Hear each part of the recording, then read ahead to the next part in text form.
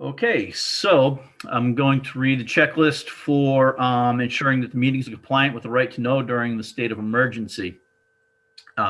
As chair of the Sanborn Regional School District's Budget Committee, I find that due to the state of emergency declared by the governor as a result of the COVID-19 pandemic and in accordance with the governor's emergency order number 12 pursuant to executive order 2020-4-04, this public body is authorized to meet electronically. Please note that there is no physical location to observe and listen contemporaneously to this meeting, which was authorized pursuant to the governor's emergency order. However, in accordance with the emergency order, I am confirming that we are A, providing public access to the meeting by telephone with additional access possibilities by video or other electronic means. We are utilizing Zoom for this electronic meeting. All members of the Sanborn Regional School District's budget committee have the ability to communicate contemporaneously during this meeting through this platform, and the public has access to contemporaneously listen and, if necessary, participate in this meeting through dialing the following phone number: 1-646-558-8656, or by clicking on the following website address: www.youtube.com/channel/UC. Sorry, I was reading the wrong email there.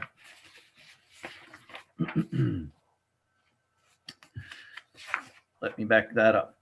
Okay, so participate in this meeting through dialing the following phone number: 1-646-558-8656, or by clicking on the following web address, which is www.youtube.com/C/SRSD MEETINGVIDEOS. B, providing public notice of the necessary information for accessing the meeting. We previously gave notice to the public of the necessary information for accessing the meeting, including how to access the meeting using Zoom or telephonically. Instructions have also been provided on the website to the Sanborn Regional School District at www.sau17.org. C, providing a mechanism for the public to alert the public body during the meeting if there are problems with access. If anybody has a problem, please call 978-482-7394 or email at helpdesk@sau17.net. Adjourning the meeting if the public is unable to access the meeting. In the event the public is unable to access the meeting will be adjourned and rescheduled. Please note that all votes that are taken during this meeting shall be done by roll call vote. Let's start the meeting by taking a roll call attendance. When each member states their presence, please also state whether they are alone in the room with you, if anyone is in the room with you during this meeting, which is required under the right to know law. So we will start with Matt Angel. You're in my upper left-hand corner. Hey, I'm Matt Angel. I'm at my home office alone. Myself, I'm in my home office alone. There are others in the house, but nobody in this room. Tammy. Tammy Mahoney. I'm in an office in my home by myself. Maura. Maura Basha. I'm in my home. There are other people in my house right now, not in the room though. Christine. Christine Kosmitsky. I am at my home alone in this room. Annie. I'm Annie Collier. I'm home alone in my office. Vanessa. Vanessa Matias. I am home. There are other people in the house, but I am alone in the office. All right.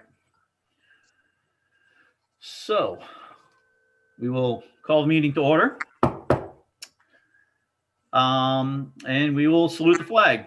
We can stay seated for this so we don't have to show our bellies for it. So would anybody like to lead it off? Okay, I will. I pledge allegiance Allegiance to to the the flag flag of the United States of States of America, America, and to the and and to republic the for republic which for it which it stands, stands, one one one nation, nation, under God, under God, indivisible, indivisible, with with liberty and liberty justice and for all. justice for all. Okay, so we would like to go through the members that are present. James McCarthy, Tammy Mahoney, Maura Bashaw, Christine Kosminski, Annie Collier, and Vanessa Matias. We are missing Mary Sear and Rick Edelman. I've been contacted by Rick and he is off for a personal reason. I have not heard from Mary yet. So now we would like to begin the approval of the minutes for December 10th. And regarding those minutes, there was some edit requests performed or asked for by Annie Collier and by Vanessa Matias. And the secretary, Judith Schaefer, had I'm just going to call it an issue for lack of better terms, or a point to make regarding how the edits were being provided and what was being asked for to put in. Judith, could you possibly recap that for us regarding your email that was sent earlier today? Absolutely. I don't have my email in front of me. I apologize, but I will say this. I was not trying to create a problem. I was simply trying to get clarification from the committee tonight as to how they would like the minutes presented so that it could be presented almost entirely complete once. 2 or 3 rewrites is, in my mind, not it's not efficient. So if I could have the directives, if they have changed from the previous directives with this new committee, which may be that may be the whole point here. The new committee may have a new idea of how they would like the minutes presented. So if there's further information they want included in the minutes, that's fine with me. Let me know how you would like them done, and I'll make sure that you get what you like to have as the end product. And let me recap from the previous year.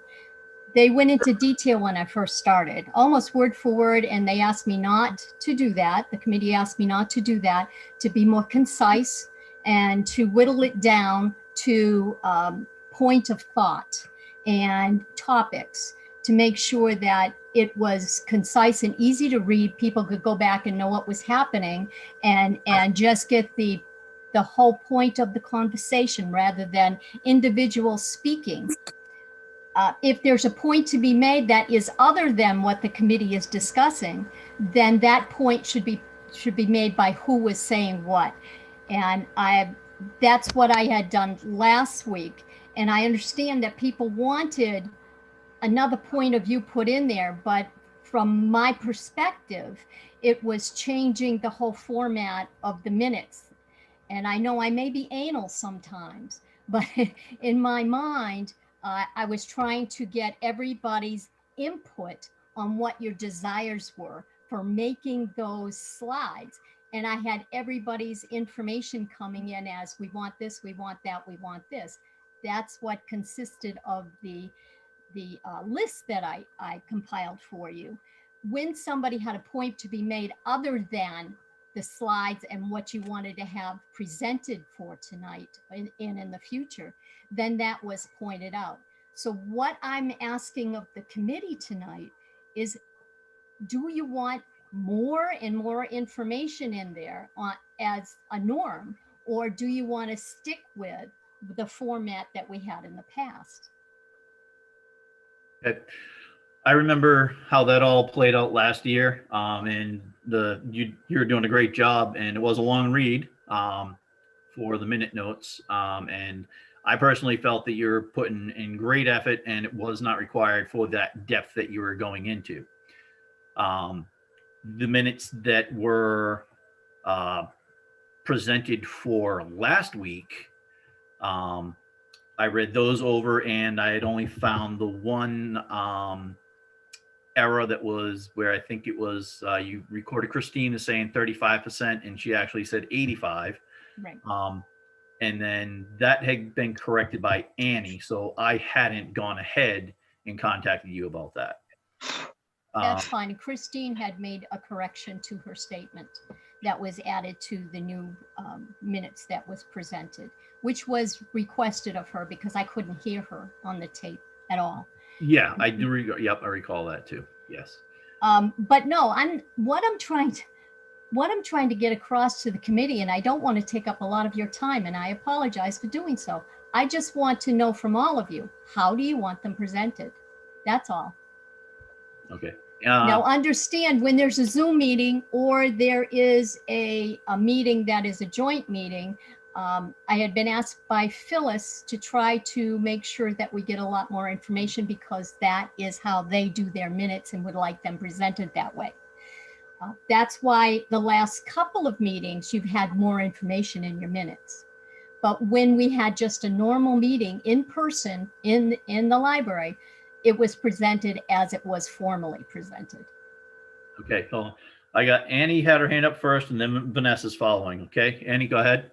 Okay, a couple of things. First of all, I think Judy's doing fine. I think that at any time and I think it should be done in a public meeting, not via email, that I think Judy's asking us for information is not the way to go. I think what she needs to do is to send the minutes to the chair, and then the chair will do whatever adjustments he thinks needs to be done, and then he'll send them out to the committee. I think that's your job, and that's Judy's job. Hers is not to communicate with the whole budget committee. I think that's the chair's job to disseminate information to the budget committee. There's a danger of violating right to know with a series of emails and so forth, and I just don't think it's worth it. Any of us at any time can make amendment suggestions to the minutes when we're in our public meeting. We can say, look, I really think we need a little clarification. For instance, I felt we needed context of what Christine's comment was. That's why I put in the comment that I made, because she was referring to it with her comment about the 85%. You know, I think any one of the members who feels that there's an emphatic point that needs to be made can make that amendment to the minutes in our meeting, but I don't think it should be done via email. I think the procedure was wrong this time. Okay. Okay, first, to that point, the reason why I did email is because I didn't want to take up the time of the budget committee. I wanted you all to see what was there and then come up to see if it was a topic that should be addressed on how you wanted to change it. I didn't want to have to talk to the committee. I didn't think that was my point. Secondly, there is a guidelines that I have to follow. And one of those guidelines says that I can't just send it to Jim for amendments. It has to go to the whole committee. So just saying, you know, it would be easy just to send it to Jim and say, okay, see what you want to do and then send it to everyone. But within the guidelines that's presented to me, it says I have to send them to all of the committee members. Okay. Thank you, Judy. Could you send a copy of those guidelines to myself and the rest of the members? Vanessa, you're up.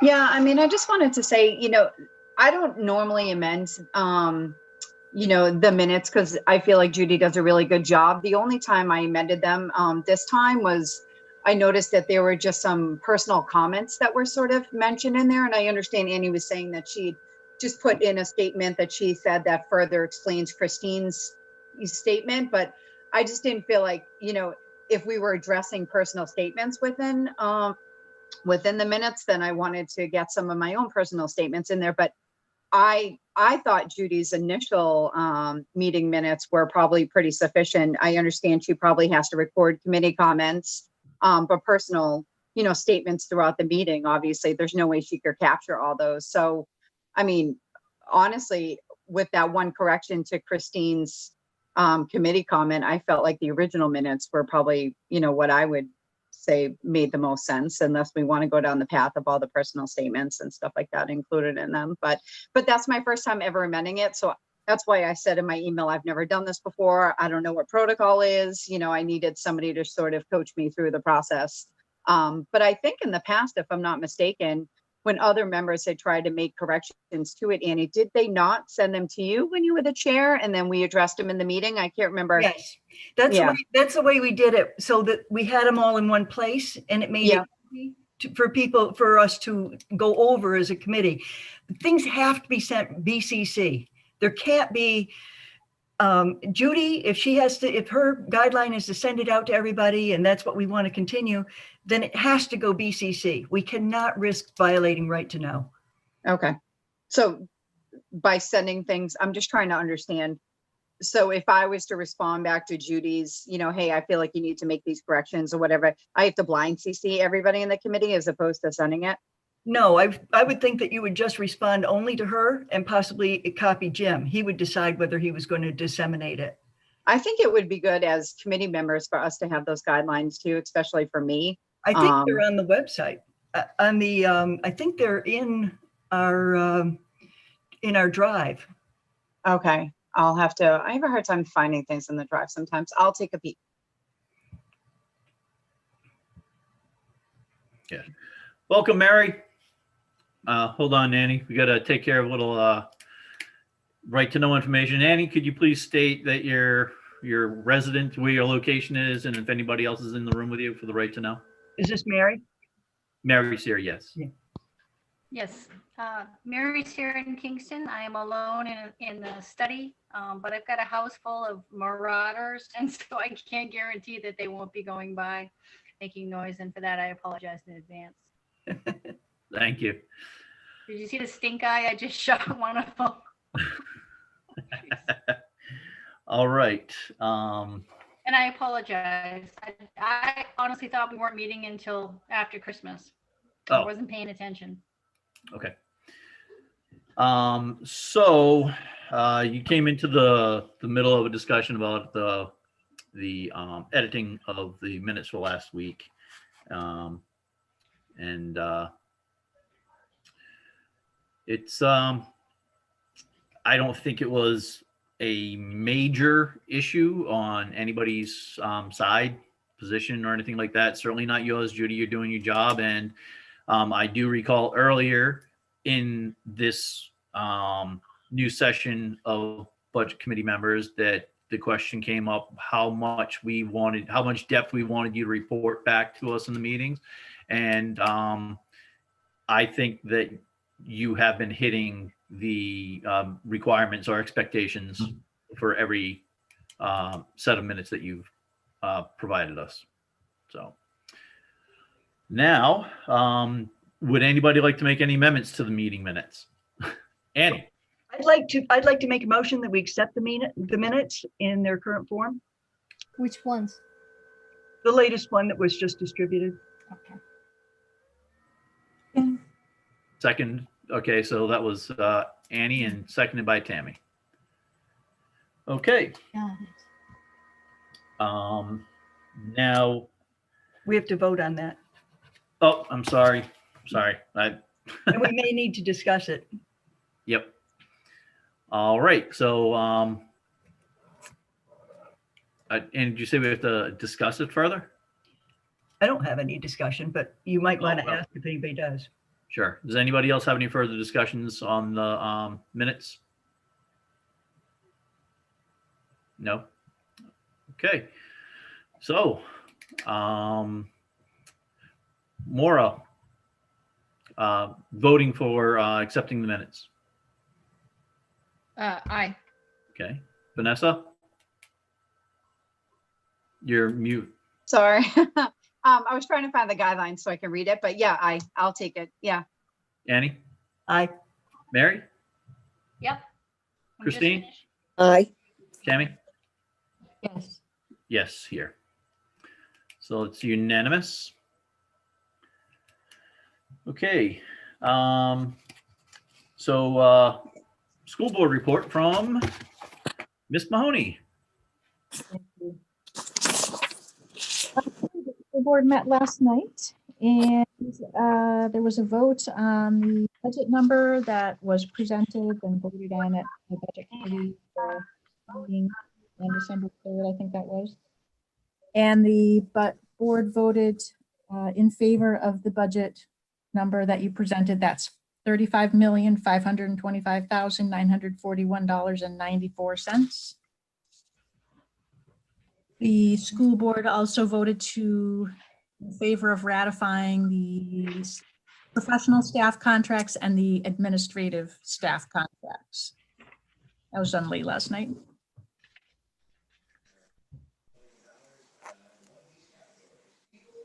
That's it, unless anyone has questions.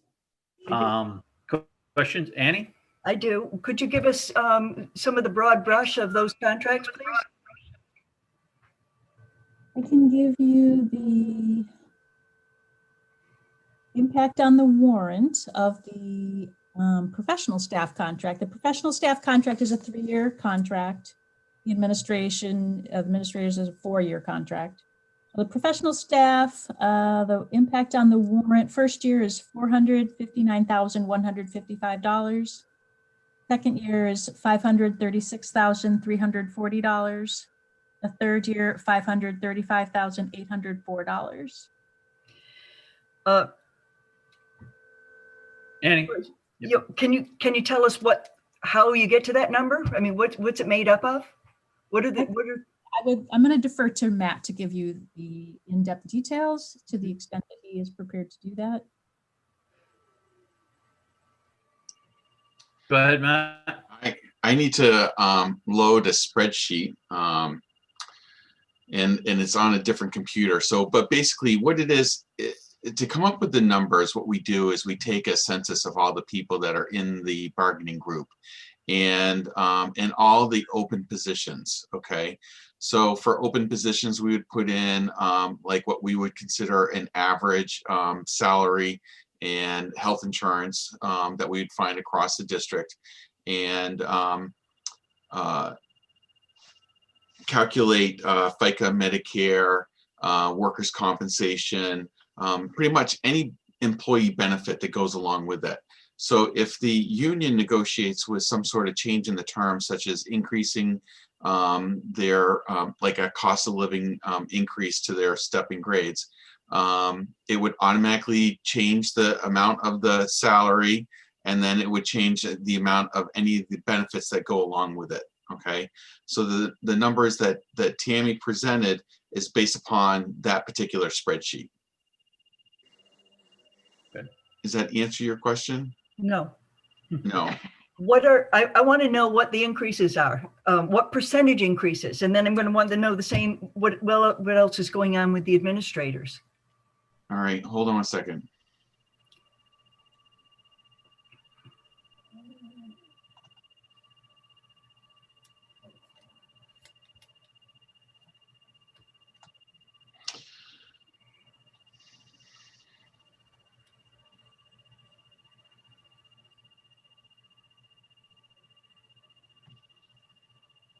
And I think the superintendent also sent out an email. Let me make sure I am including his email.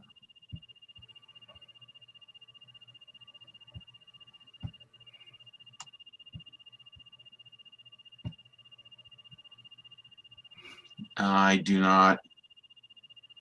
can't put my finger on his email very quickly. Anyways. So for the teachers contract, it's the first year was 1.5%, the second year was 2%, the third year was 3%. The amount of wages was the amount of wages and benefits was $459,155 in the first year, $536,340 in the second year, and $535,804 in the third year. The tax impact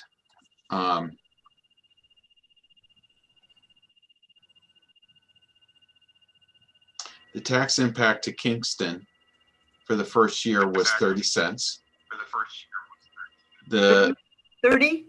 Yes, Now, this is also, you have to understand too, that the tax impact calculation was determined before the tax rate was set, okay? Once we create the spreadsheet, I can't change any of the variables in it, okay? So let's see, Newton was a 40-cent increase. So obviously for Newton, I think that the tax impact would be going down because of the increase in valuation, or the recent increase in valuation, which the spreadsheet doesn't include that, okay?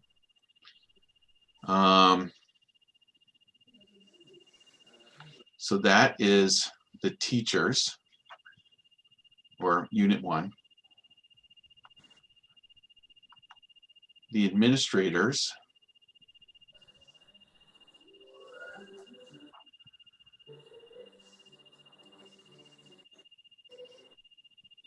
This was a 4-year deal, just as Tammy had previously spoken about. The important thing here, there's 2 key pieces to this, okay? The first one is the COLA increases on an annual basis. The first year was 1.5%, and then the next 3 years were 2.75% each year. Now remember that the administrators union doesn't receive a step in grade increase such as the teachers union. So the amount that they negotiated, that's it, okay? Now for, they also in their negotiation maxed the upper limit of what their health insurance cost was going to be, okay? So for the first year, the health insurance could not increase more than 4%. The second year, it could not increase more than 6%. And then the following 2 years after that, it's 6% cap.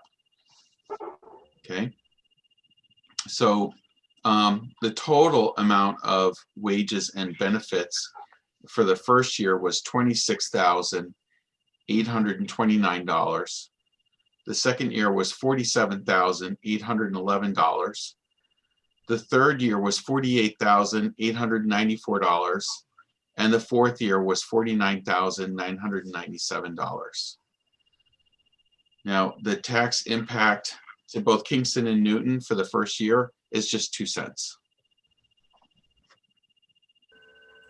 One more question. These have been ratified by the unions as well as the school board at this point? Do you want to answer that, Tammy? Yes. They were ratified by the union membership before they came to us. Okay, thank you. Mary Sear, you got a question? No, I was going to ask about details that they could reveal, that's all. Okay. And I'd like to know if they were also passed unanimously, or what the vote was. I didn't hear that, Tammy.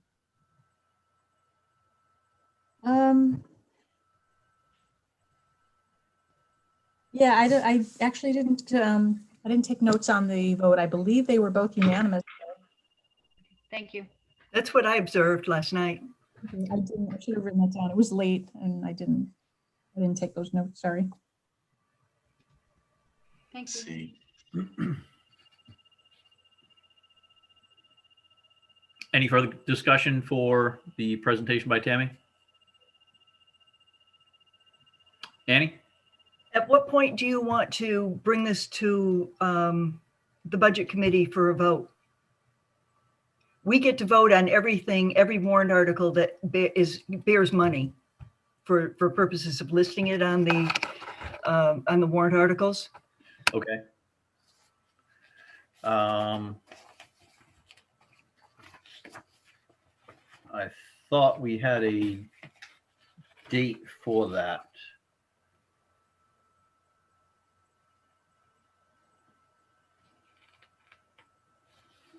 All right. Okay, I don't have my calendar with me tonight.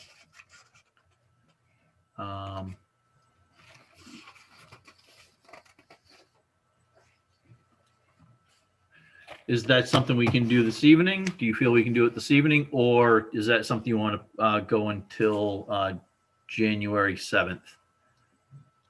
From my standpoint, I'd like to approve it this evening. I'd like a unanimous vote, hopefully, from the budget committee. I think that this these contracts really look like they pay attention on both sides to the impact of COVID and the difficulty in our communities, and also to our staff and the incredible job that they've done. And I'd really like us to send a message to them and to the community how much they're appreciated. So I'd love for us to vote to recommend.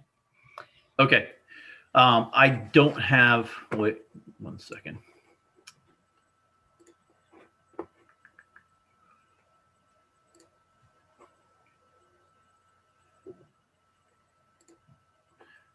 All right. So let's see. Can I ask a question real quick, Jim? Yeah, go right ahead. Sorry, I minimized Oh. and lost everybody there for a second.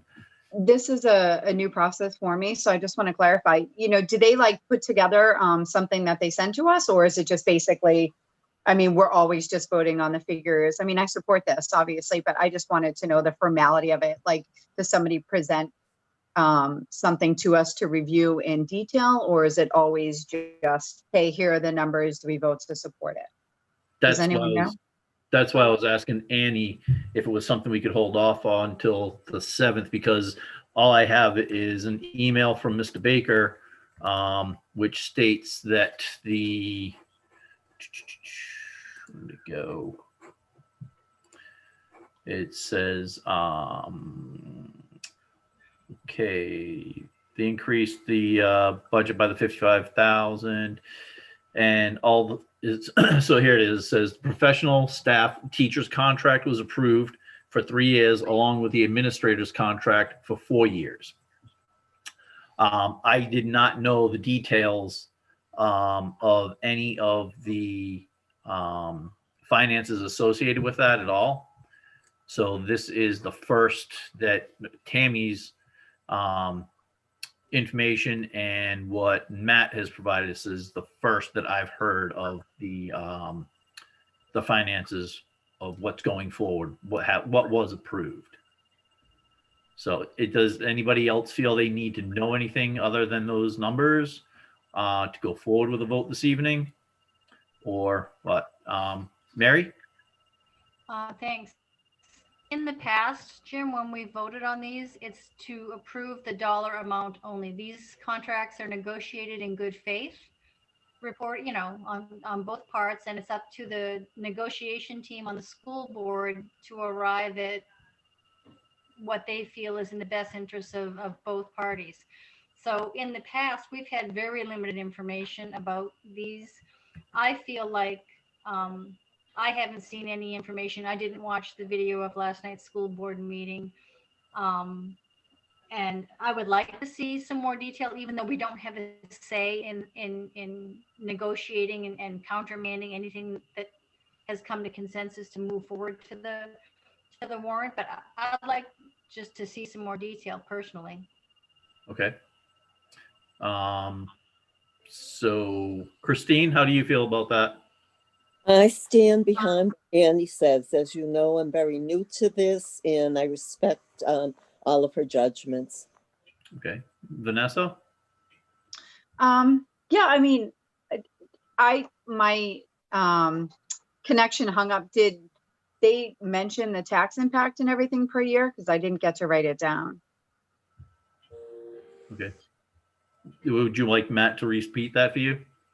Yeah, I'm sorry. My connection is really tricky tonight. I keep trying to get it and I keep losing it. So yeah, I'm sorry. I mean, I'm okay with voting on it. I side with Mary. I agree. I would just like to see something formally just presented to us so I have it for my own information.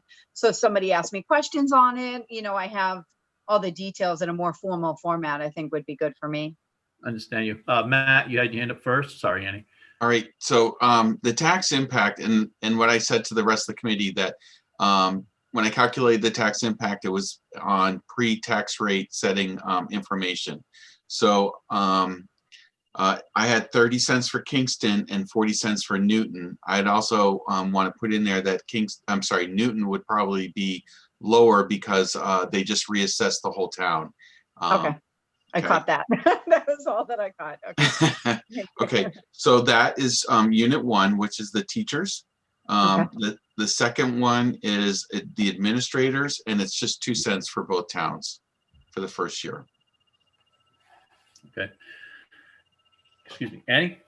I just want to say that if we have a vote and if there were something that changed tremendously in the proposed budget, which would mean that right now what we're looking at with these numbers is we're looking about $425,000 net decrease in taxes next year, with the combination of the budget and the 2 contracts. I was expecting about that, or something in that range, because that's what it typically is. And if the budget, if we went to the deliberative session and somebody wanted to raise the proposed budget by $1 million, I would be rethinking my ability to support the teacher contract. And I would want to be able to, I would want to reserve the right to, to vote again on it. We do not get to change any of the terms or conditions or anything else. The only thing we do is just endorse, is this a number which we think is reasonable for the communities to be able to support and to pay our teachers? So, that's the vote that we have. It's the number, the tax impact, and does this do the right thing do we think it serves the district? I don't think getting any more detail is going to change anything. I want to read the contract too, but that's just curiosity. And it will be talked about at the public hearing. Yep. Yeah, I was just a little startled by having to vote on that. If you don't want to till January, I mean, it's the committee's call.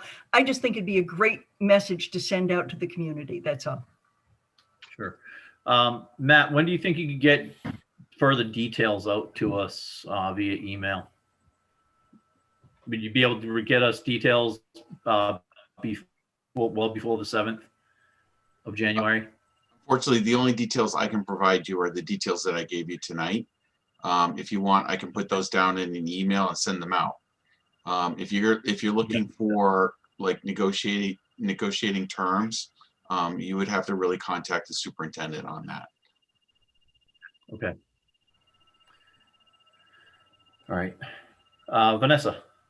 In the past, I mean, have we seen those? I feel like that's been brought to us in the past, but I'm not absolutely sure. So I'm trying to understand it. Yeah. Mary?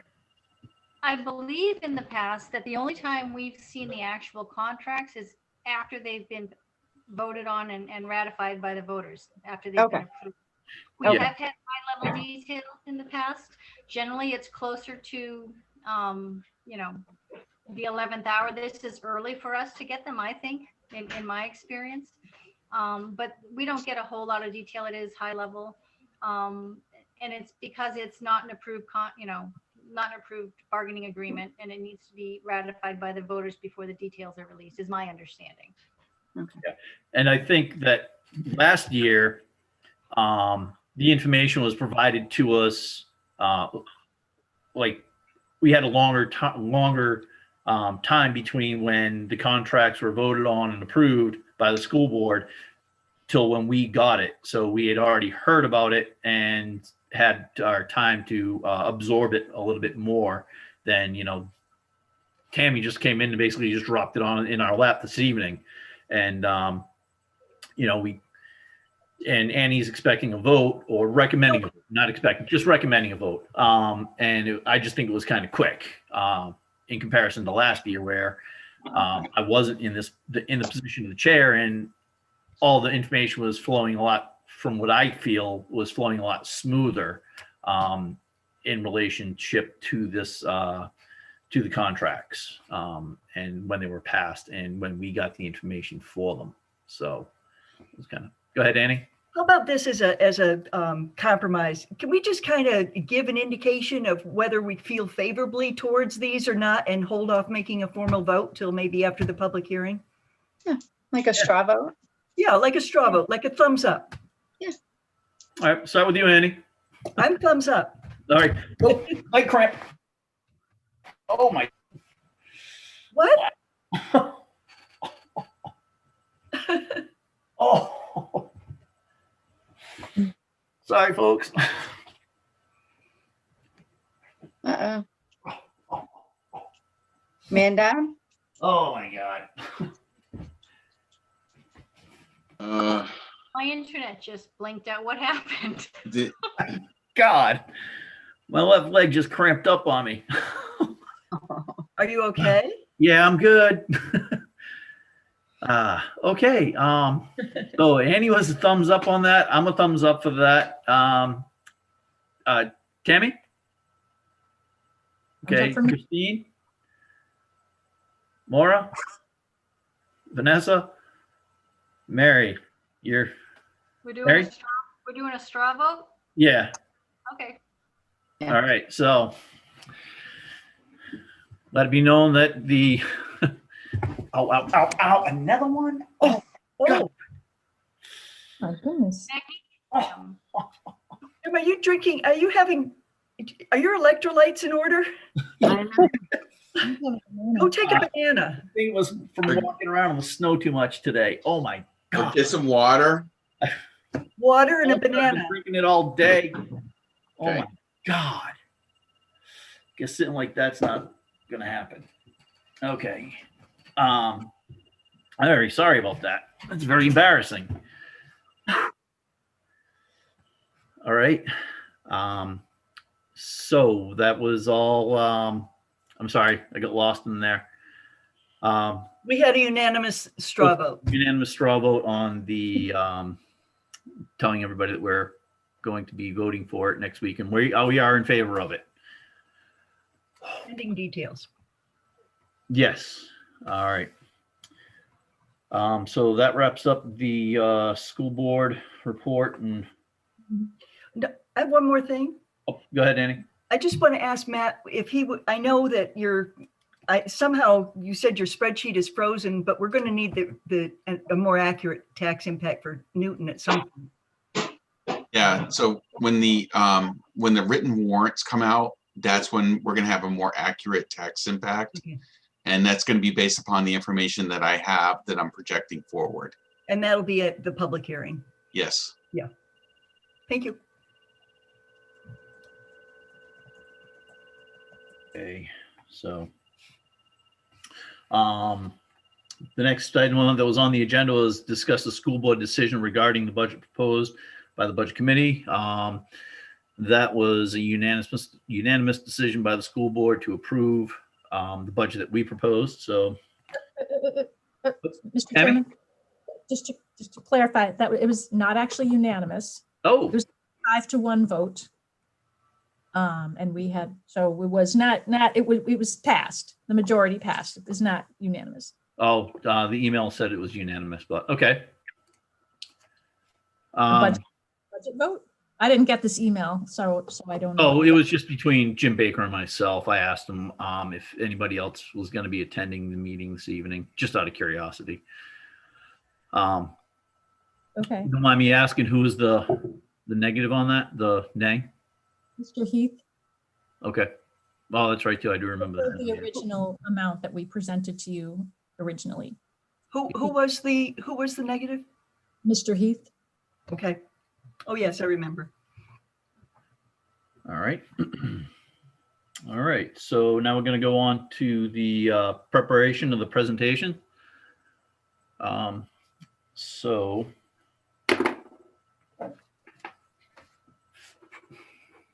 let me see here. I don't know. All right.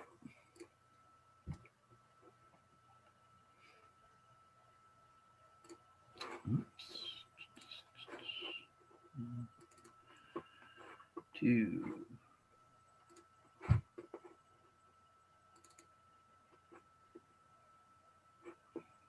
3.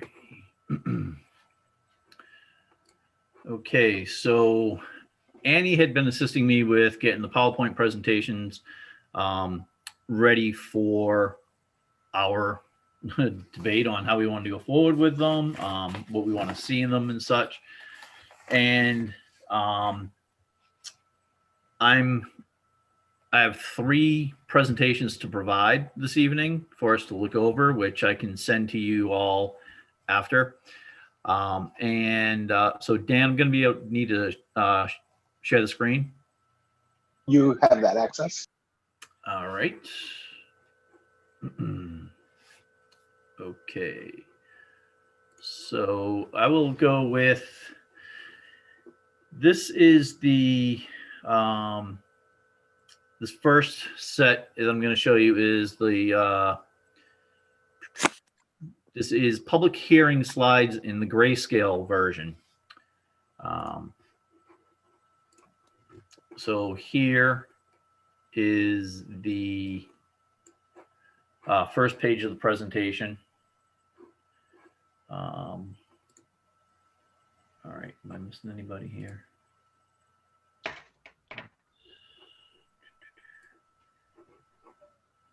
Sorry, I'm trying to adjust my screen so I get to see While everything. you're adjusting, may I ask, the 3 presentations, is it format only that you're asking us? As of right now, format is my biggest concern.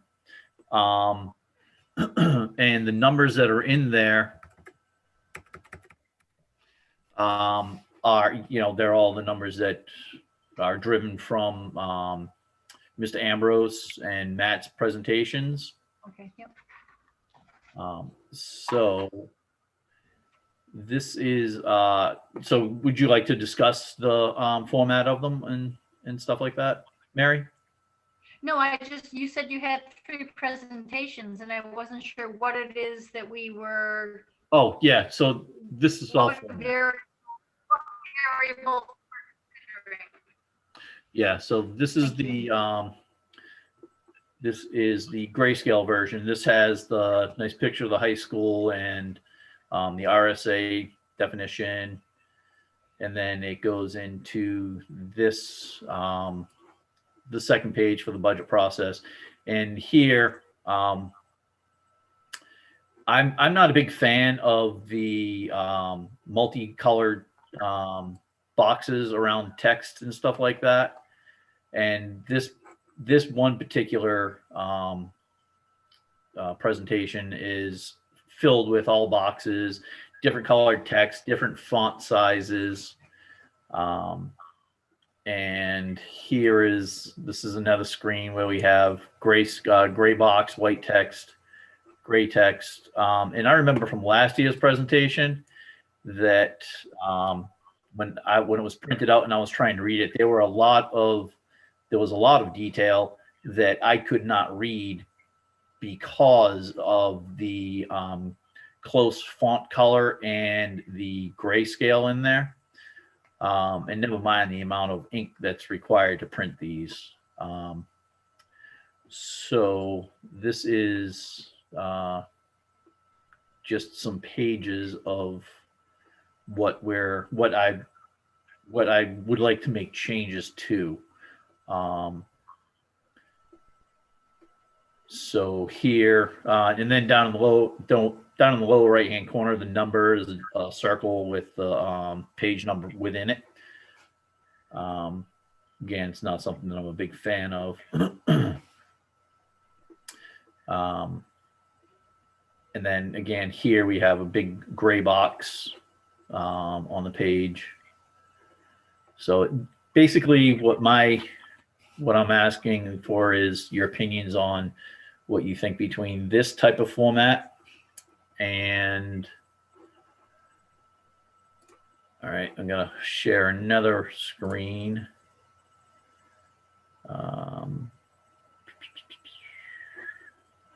This one here is called the simple format, and here you see that the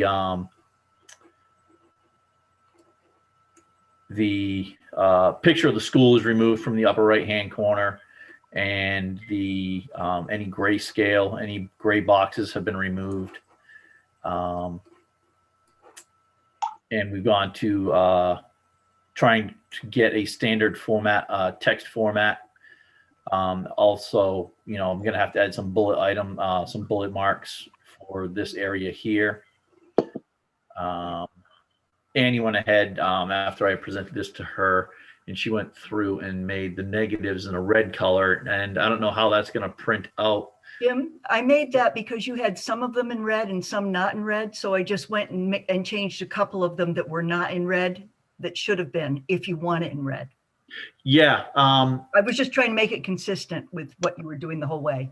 Yeah, I noticed that after I sent that to you when I was flipping through it again, that I did miss. And actually, I hadn't changed any of those to red. The ones that were red were from that was existing format from the slide that I hadn't changed. Now, I don't know. We're not going to want to print out red for the public hearing, are we? Let me say one thing is that the thing we put up on the screen is not the same as what we print out. I mean, definitely you print out just black and white and take out as much gray as you can. You save Yeah. as much ink as possible. Right. Yeah. Yeah. So when I did presentations and I had handouts, my presentation was always the same as what the people received around the table and such. So that there wasn't any, double takes on it. Why does your presentation up on the screen look any different than mine that I have in my hand? And create distractions. So kind of what I'm asking is, does anybody want to go with a more colorful presentation that's going to go up on the screen? Or would you like to continue to go with a simple font and basically black and white, no color boxes and stuff like that for both the presentation and what gets handed out? Whatever you want. Okay. I mean, you're going to be doing it. Yeah, I don't know if anybody else has any preference with it or not. Vanessa? I mean, I'm more of a simple girl, you know what I mean? I look at these all the time, and I mean, when you're just talking numbers, it's easier just to, a consistent format, a consistent font, consistency through a presentation for me makes it easier to follow. I like your comment just regarding in terms of what you print and what you look at the screen, because I do remember sitting in past meetings trying to not being able to read things that were on the screen, so trying to catch up with the pages. And I do feel like if they were different, you could essentially confuse people, which isn't what you want people to be able to follow along. So I think that's a very good point that you brought up. But I am for consistency is always key for me, and basicness. Just getting the point across. So what you can speak to it as much as you need to, but I don't think we need anything fancy in the presentation itself other than presenting the numbers. That's just my opinion. Excellent. So here on this screen, on this slide here, got some grayscale to gray boxes to remove, and again some numbers, and make sure all the fonts are the same. So now would be getting into the checklist. Is this the checklist of what was presented in the meeting minutes that Judith did a lovely job of collecting all that for us. Do we want to take the time to go through the slideshow and go off the checklist, like to say that we asked for the tax impact to include the amounts, not graphs? Go through and check off that stuff in here, or do we want to wait and do that January 7th after I get more time to go through it and make sure that all those items are in there instead of wasting everybody's time with it tonight? So basically you're suggesting we hold off on looking at content tonight and just not do anything more with it? Yeah. I mean, I would like to pick a direction to go with what the format's going to be and stick with it, and have the one same format for the presentation, unless somebody really wants to have colorful display for the public and hand out black and white to them. That would be running that would require maintaining 2 slideshows. But for this right now, just agree on the format that it's going to be black and white. I'll take care of all the fonts, and we'll make the negatives red for when it is presented. That does catch the people's eye, and they're drawn to those points for discussion or for notoriety. And by January 7th, I'll have all the items in the list that we asked for in there.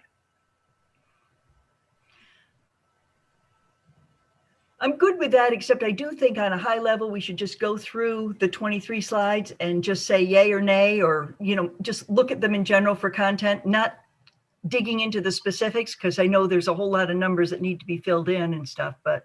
Right. Okay. Yeah, I'm good with that. All right. So.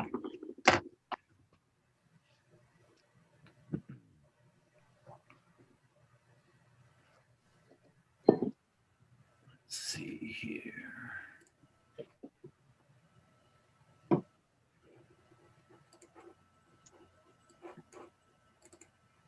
I think if you click on slideshow and beginning. Yep. I was opening up a Word document so I could take notes on it. All right.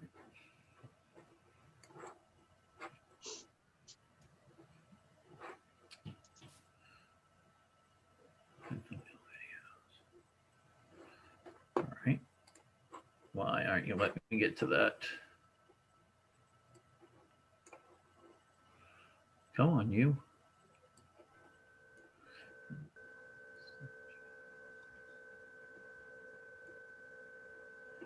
Okay, so here is the first slide. I'm going to minimize my Zoom, so I'm not going to be able to see anybody. If anybody has a question, could you please speak up? Okay. All right, so here is the first slide. Sanborn Regional School District, fiscal year 2021 to 2022 budget proposal. Definition of the RSA for the Budget Committee. Second is the budget process. School board sets goals and priorities. Administration recommends budget to the school board. School board and budget committee ask questions. Detailed answers from the administration. School board recommends budget to budget committee. Budget committee deliberates and recommends budget. Meets needs for high quality education, respects the burden on the taxpayers, and needs to pass staff contracts. We all agree on the proposed operating budget. I'm sorry, Jim, you said you were going to insert some bullets there. Yes. Okay, thanks. Yep. So that was slide 2.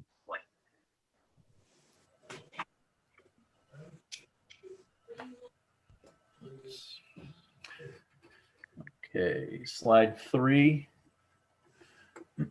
Summary. Operating budget proposal, fiscal year. That should change, right? Yeah. Yeah. So 3. I thought I had changed that.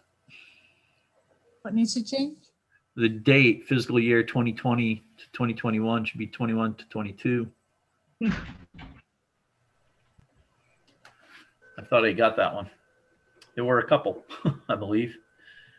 Slide 4, remove.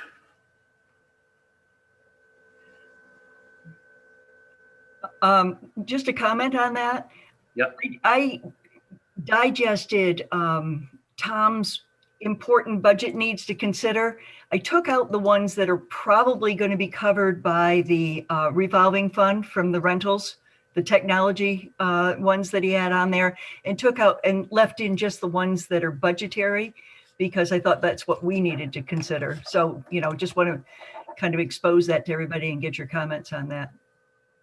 All right, so this is 117,000 that's going to be added. No, for 117,000 to be considered for next year or future years, 80,000 to be considered for future years, and 50,000 to be considered for future years. Any idea? Do you have any idea when what he was looking for a timeline on that?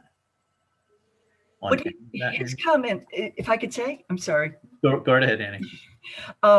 Tom's comments were that it would be really, he wants that put into the strategic plan. So he wants the school board and administration and public to kind of use these things as important needs that he sees in the future to be incorporated into the strategic plan.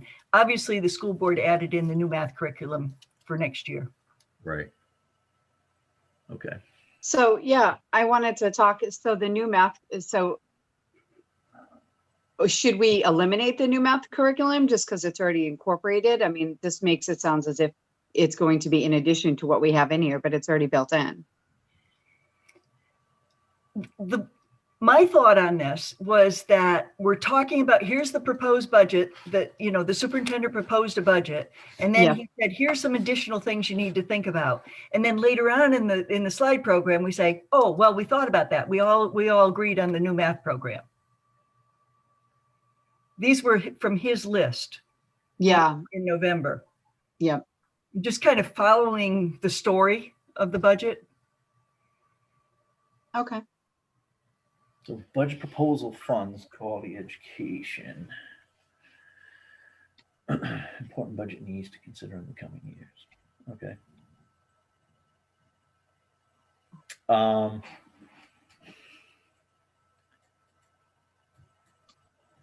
right. Yeah, I just thought when we were talking about it in the last meeting, we thought it would be great to mention within our presentation things that we expect to be coming down the pipeline.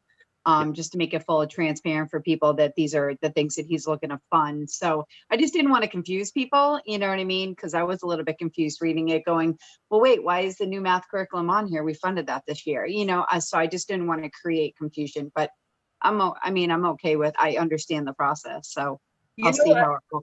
I'm thinking that you're right. There is a slide later on here where we talk about things that are coming in the future, but it'd be good to revisit these two things that haven't been done. You're absolutely right. And that isn't in there. So let's hold on to that idea. Okay. So we're going to, on slide 4, we're going to add the books and more professional development to the slide where we discuss the bond. Yeah, that's what I was thinking. Okay.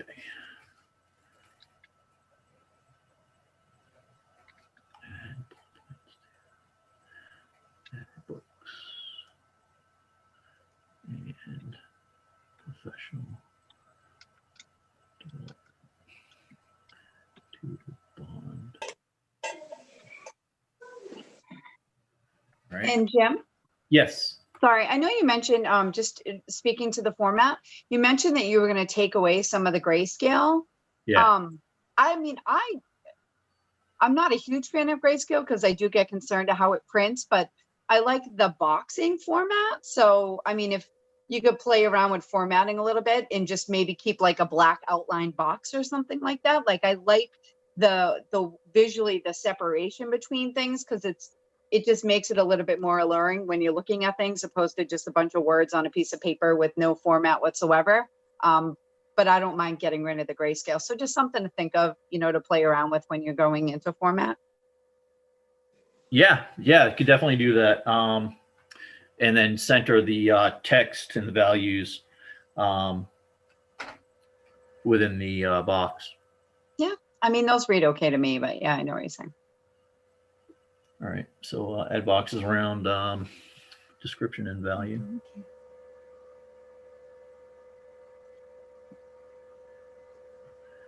Okay, we good with slide 4? All right. Slide 5, core beliefs, the foundation for improving quality education at Sanborn. Align curriculum, academic intervention, implementing the best practices of teaching, culture focused on student achievement for the whole child. Again, I would, slide 5, I'm gonna change the color of the numbers. Question, I can't see it on there, but you do have these slides numbered, right? Yes, I do. It's down in the Okay, down in Yep. the right-hand corner. Okay. Slide 6, again, the change the colors of the numbers.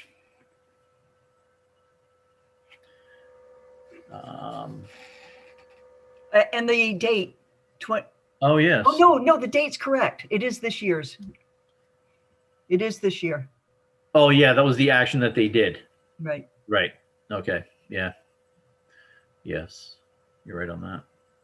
I think I actually contemplated changing that and then read it again and said, no, it's got to stay because that was an action. And then there's another one that goes from 2020 to 2022, I think. Yeah, this one here. So did anybody happen to see the presentation that Tom put out today? Mm-mm. No. Somebody had texted me and said that he was it today or yesterday? Yeah. And I hadn't had a chance to get a look at it. Yeah, I saw it. And what were your thoughts? Sorry. I liked it. I shared it. I thought it was I think it's good information for people, and I thought it was pretty well laid out. Okay. I liked it. Are you talking about his little 10-minute video? I don't know. All I got was a text saying, hey, did you see what Mr. Ambrose recently put out? And it was, I didn't really realize what day it was that they were talking about. I think he might have put it out Tuesday night. Mm-hmm. Yeah. What is it, Maura? What are we What- talking about? It was his video that I think you're talking about, isn't it? The 10-minute Right. video? Yeah. Yeah. Yeah. Okay. I saw that. Thank you. All right. So slide 7 is just going to be text boxes instead of the grayscale.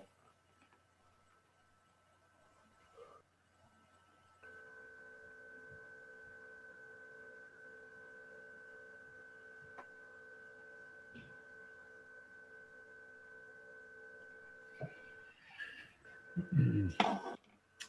8, the same thing. We have details that have to be added in there. Annie, question for you. Yep. Here, FY 19 to 20, what is the A for? And then Actual and the budget. actual, okay. And then the B for 21, 22 is Budget. budget. Okay. And 2021 is kind of a combo. Yeah. Okay. And where are we going to be getting this from? Matt, Okay. All right. And again, that would slide 8 goes to text inboxes. so this is kind of to show, here was the plan laid out. Here's the implementation. And basically this year, we ain't got any intervention. It didn't get implemented at all because of COVID. So next year it's there, it's planned, it's in the budget. Okay. Slide 9.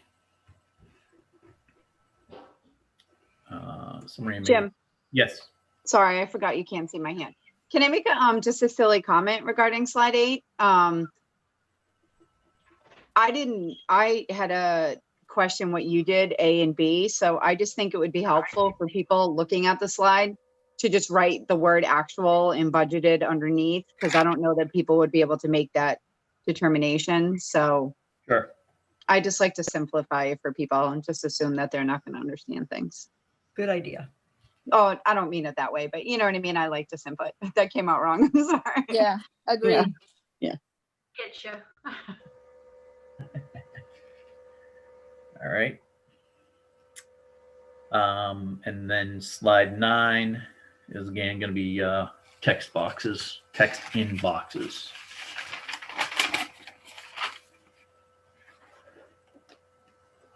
You probably want to put grounds and facilities because it's a combination of the two. you know, from his slide. Okay, yep.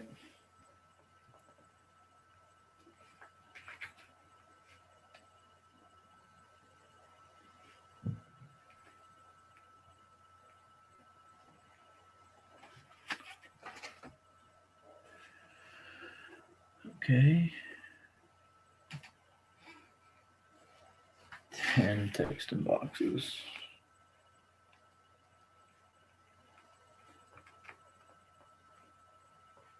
Somebody remind me again, the total curriculum change, the negative 20,000, what was that specifically? Was that the changing of the master schedule? I don't remember. I'd have to go back and look. Yeah, I'm just wondering, like, I don't remember what that was, so. I don't remember discussing it as a critical or noteworthy line item. It was just part of his presentation. It's one of the things he had, curriculum changes. These are a summary of all the different, he had like 15 different slides going through where the budget came from. And one of them had curriculum change, minus 20,000. I don't remember what it was. Good look. All right. It might just be good to ask so we know in case somebody Well, asks. Well, if we're picking and choosing out of the 17, you're picking 5. I would hope to know why it's significant and included in our slide. That's all. I'll just make a comment that it isn't necessarily significant or not significant. It is just simply it's a summary of everything that he proposed in his recommended budget. And they're just summarized and grouped together. We may decide we want to pick and choose 5 and just say special ed changes minus whatever. I mean, you know, we could do it in a whole bunch of different ways. This is just all the raw data. Hey, Jim, I want to jump in here and talk about this curriculum change. Okay. I'm looking at slide 5 of the superintendent's presentation, and he talks about program changes for the curriculum. And basically, it's an increase to the budget for $20,000 for accreditation through the New England Association of Schools and Colleges. So it's an increase, not, so It's an that's an increase. error. Okay, good. So that's an error, Jim. Needs And to be it's plus 20,000. what I would, instead of calling it a curriculum change, why don't we just call it district accreditation? I like that better. I do I too. agree with that, yeah. All right.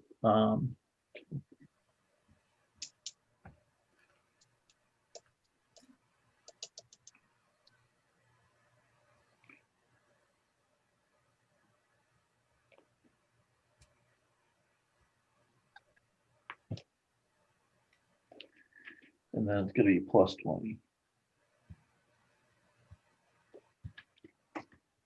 Okay, so we're changing the wording of total curriculum change to district accreditation, and it's going from a negative 20,000 value to a positive 20,000 value. All right. All right, so the year is correct. And So, well, the Can I make a subtotal, comment? Yeah, we got Maura. I think that's what I was gonna say is are we gonna need to change that subtotal? So yeah, all right. So then that's going to be negative 257. I'll make sure that everything works out. All the numbers work, okay? Sure.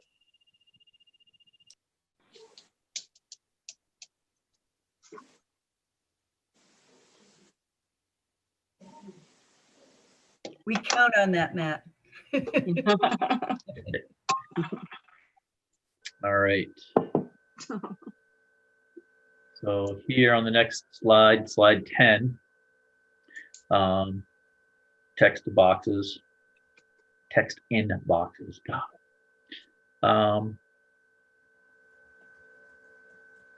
Any comments or anything? I have one silly comment, and it's actually, so this is, I'm weird about consistency, but 9, we don't have the negatives in red, and 10 we do. So I don't know if you're just going to keep that pattern flow throughout the whole thing. 9, the negatives are red. Oh, they were. I'm sorry. Never mind. Yep. Okay. Sorry. No, Never mind. that's what we had discussed that with Andy. Yeah. Sorry. Yep, not a problem. I want to, if I could, when I was digging in with Matt on some of the numbers and, you know, where the rest of the $1 million that he had in his original proposal came from, there's actually some increases in a few things in the special ed that are not in this list. And, you know, it's going to be just in an other, but just for our information, it's not all, you know, 317,000 lower. It's got some other things. I think there was some transportation that had to go up. Is that right, Matt? Wasn't that?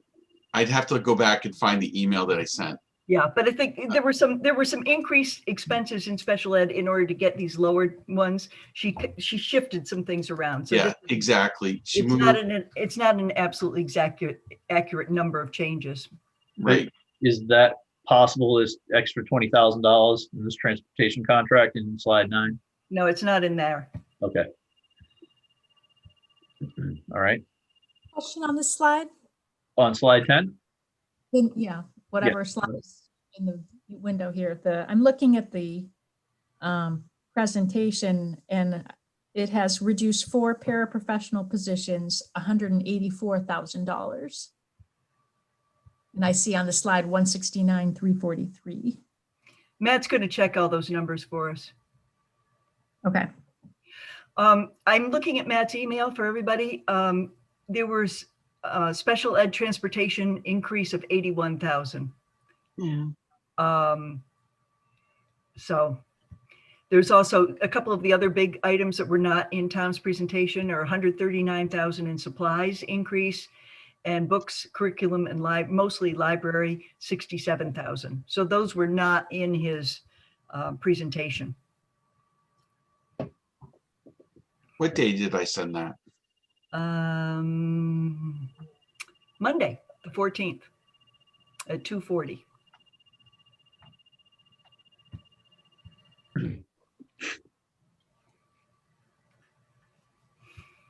So are you proposing we add those, Annie, to the presentation in addition to some of these, or? I'm not sure what we do with it, but all I wanted to do was to share the information that I'd gotten because I knew there was a discrepancy. The actual numbers in this presentation added up to like $1.2 million. So I got in touch with Matt and I said, wait a minute, you know, why aren't they adding up? So he filled in the blanks. Gotcha. And I think it's important when it comes to Q&A at the public hearing or at the deliberative session, if we have one. I mean, I don't know how things are going to be handled with COVID, but that we all just kind of understand the answers and it wasn't something, so that's why I wanted to share it. Yeah, I agree. I don't think it hurts, you know, if we have is this, do we have like a full total of the changes? You said it was $1.2 million and there was some, is that within this presentation? I think so, yeah. Okay, because then we could just put somewhere in there like other adjustments or something, just to, because there may be some people that will sit down with a calculator and try to like add all this up and go, hey, why do these numbers not match up? And I did. Yeah, so yeah, exactly. So I think if we include, you know, other changes or something like that, you know, and at least it's in there, we're covering bases. Right.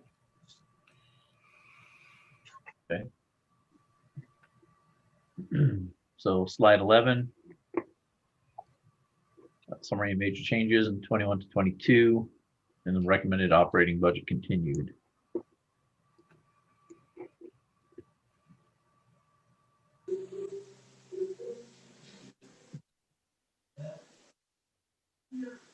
So here they're shown as increases, costs associated with it, cost savings, but then down at the bottom they're shown as a negative number, which leads to an increase in the budget. Would that be correct? So that subtotal is the subtotal, the bottom one is the subtotal of all the changes listed so far in the presentation. Mhm. It's a running subtotal. Maybe you want to call it that. All right. So it's a total, not, oh, well, no, it's a total. It's a total of everything delineated so far. Yeah. Yeah, it's hard to understand that because on previous slides, you have subtotal changes, including in the prior slide. So like you have those on the Yeah. slide before that it was broken down, you know what I mean? So This Couple slide ones. covers itself here. This Make it slide says consistent. including prior slide. So then Yeah. here, subtotal of changes listed in, so that should say including previous slides. Right. I just want to quickly jump in so that everyone understands that the email that Annie was talking about, this slide details all the increases that she'd asked for, which I came up, she was looking for like 400,000. I came up with the big ticket items that came up close to 400,000. And So that's it's not an exact total of all the changes. It's just highlights. Okay. so if it's not exact totals, does it make sense for us to not, you know, because we're getting as detailed as breaking it down page by page with subtotals, including this page and prior pages, and here's the subtotal of everything, but it doesn't all quite add up. I just, you know, do we just say, you know, the approximate change, you know, approximate, you know, the approximate decreases and increases is roughly such and such amount of money or something? so are you saying like total special ed, total education, total miscellaneous, something like that? And just No, one I mean, slide with, no, I like the way that you guys broke it down, but Matt's comment was that there was about 400,000 missing. So he came up with, you know, about 400,000. I just don't want the numbers to not add up. I want people to understand why we're putting these numbers in there. And if they don't all necessarily add up, you know, is that subtotal of changes listed? You know, is Matt going to go through and make sure that that's correct and that's okay? And as long as it's clear to everybody, like, You know, what I would do in this situation is I would insert a line item that just says all other, Yeah. I want to say immaterial, but some people don't like that word of immaterial. But miscellaneous. all Miscellaneous. other changes that are combined in just like one number, okay? Yeah. So that it agrees with the change in your presentation. Yeah, I Yeah. like that. and that's what I thought I was asking for was that number. I didn't realize you were giving me this list again, Matt. Sorry, I missed that. I didn't understand.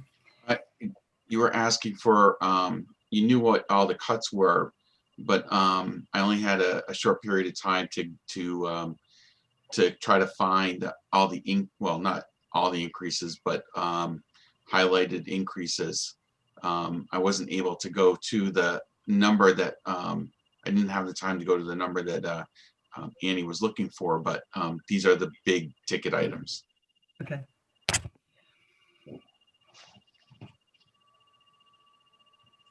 All right, so you mentioned add a line item for, what is it we want to put in there? Is it going to be on this slide, slide 11? Other changes? That were miscellaneous. But why don't we just run the numbers? I can work with Jim offline and run the numbers and make sure that it ties out. Okay. Okay. There is a line item that says subtotal of miscellaneous changes. That's Yeah. everything on this page.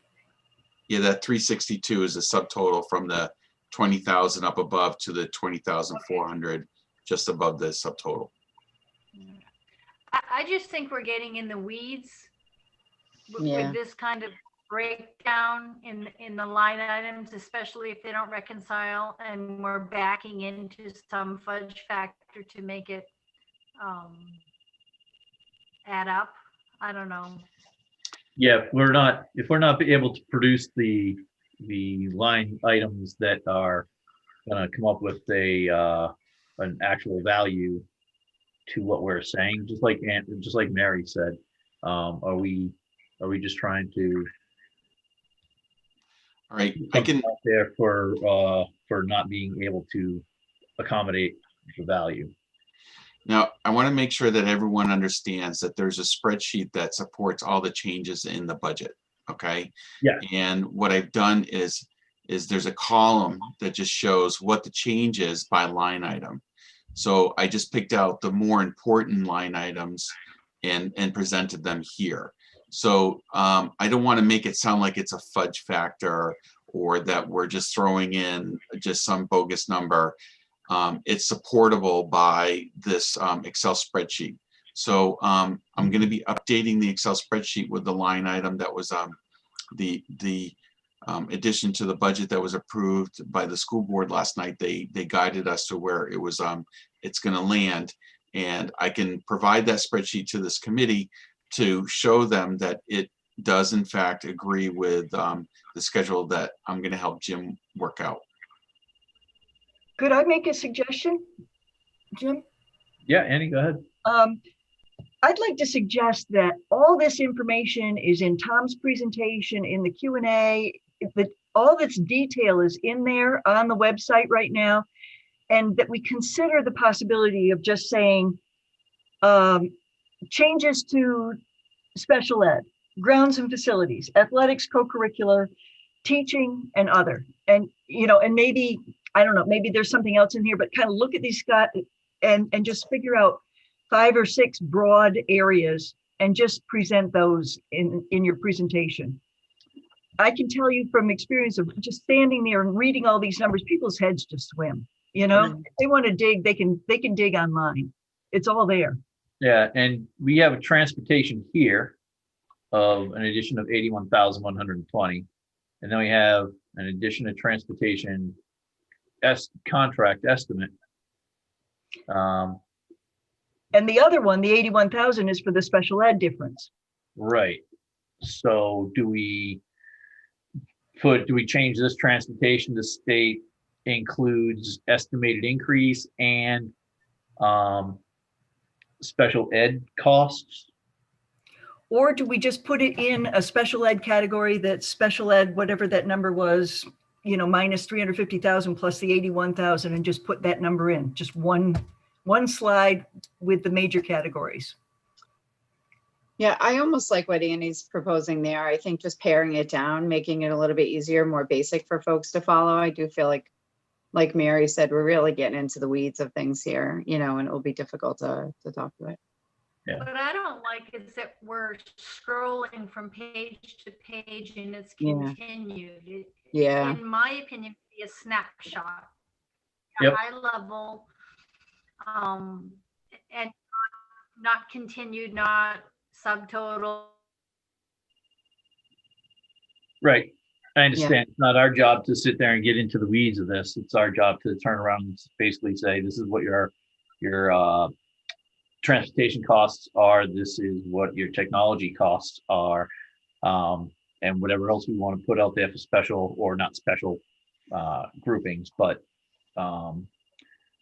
buckets that we collect the values in, you know, whatever line items, and do a 50,000 foot flyover instead of being down there like we're all accountants.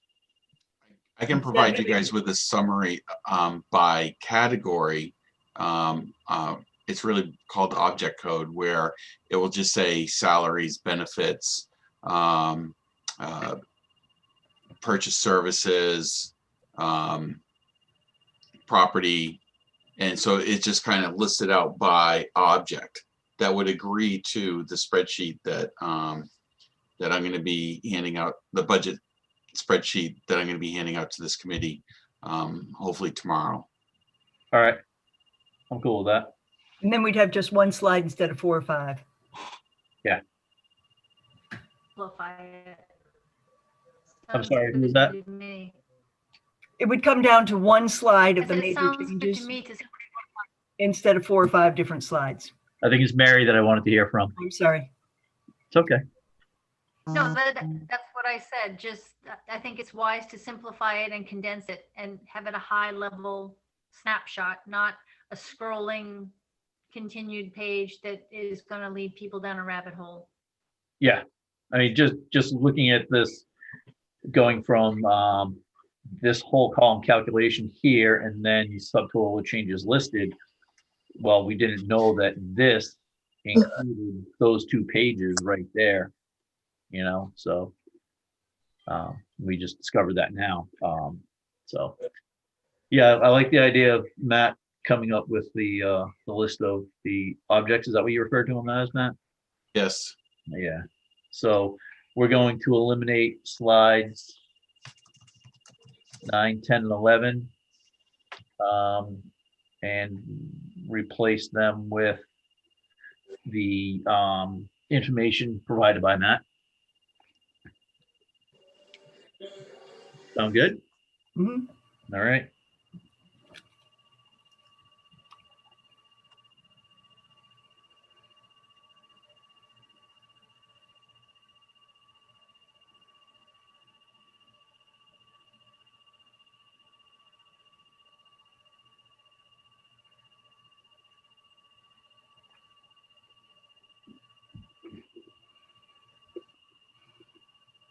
All right. Summary major changes. So that's going to have to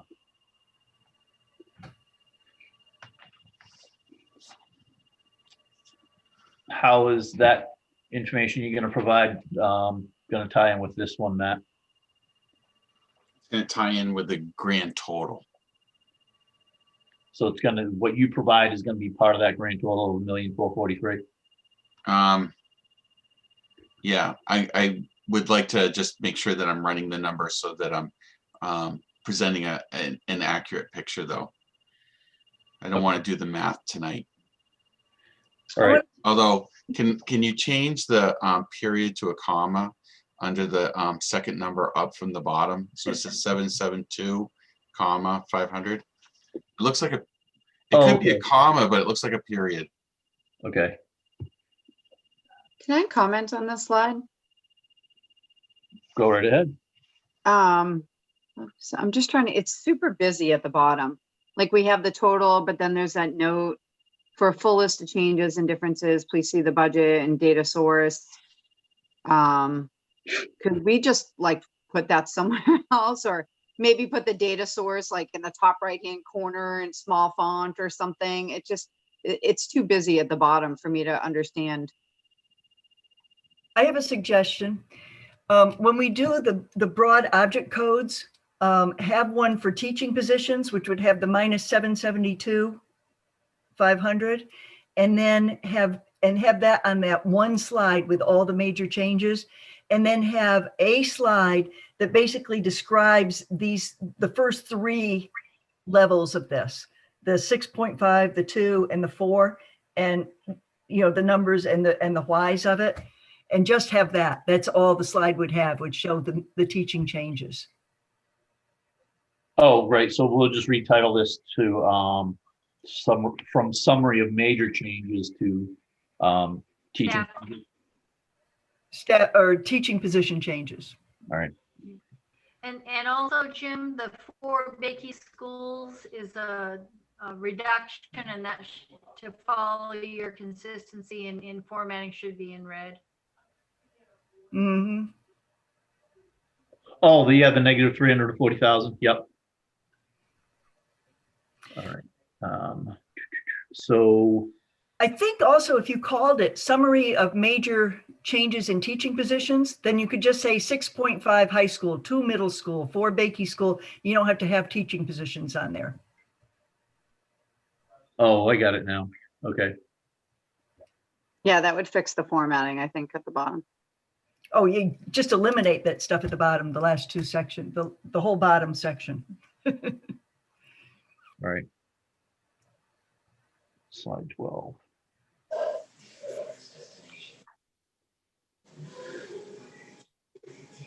All right. So that's going to be completely reformatted because we're removing middle school teaching positions. We're going to remove that whole total of changes from the operating budget. And Matt's going to put the 772,500 into the object slide for me, or details for me. Okay. You're going to get rid of the coloration and make it into more of a chart, boxing it. Yep.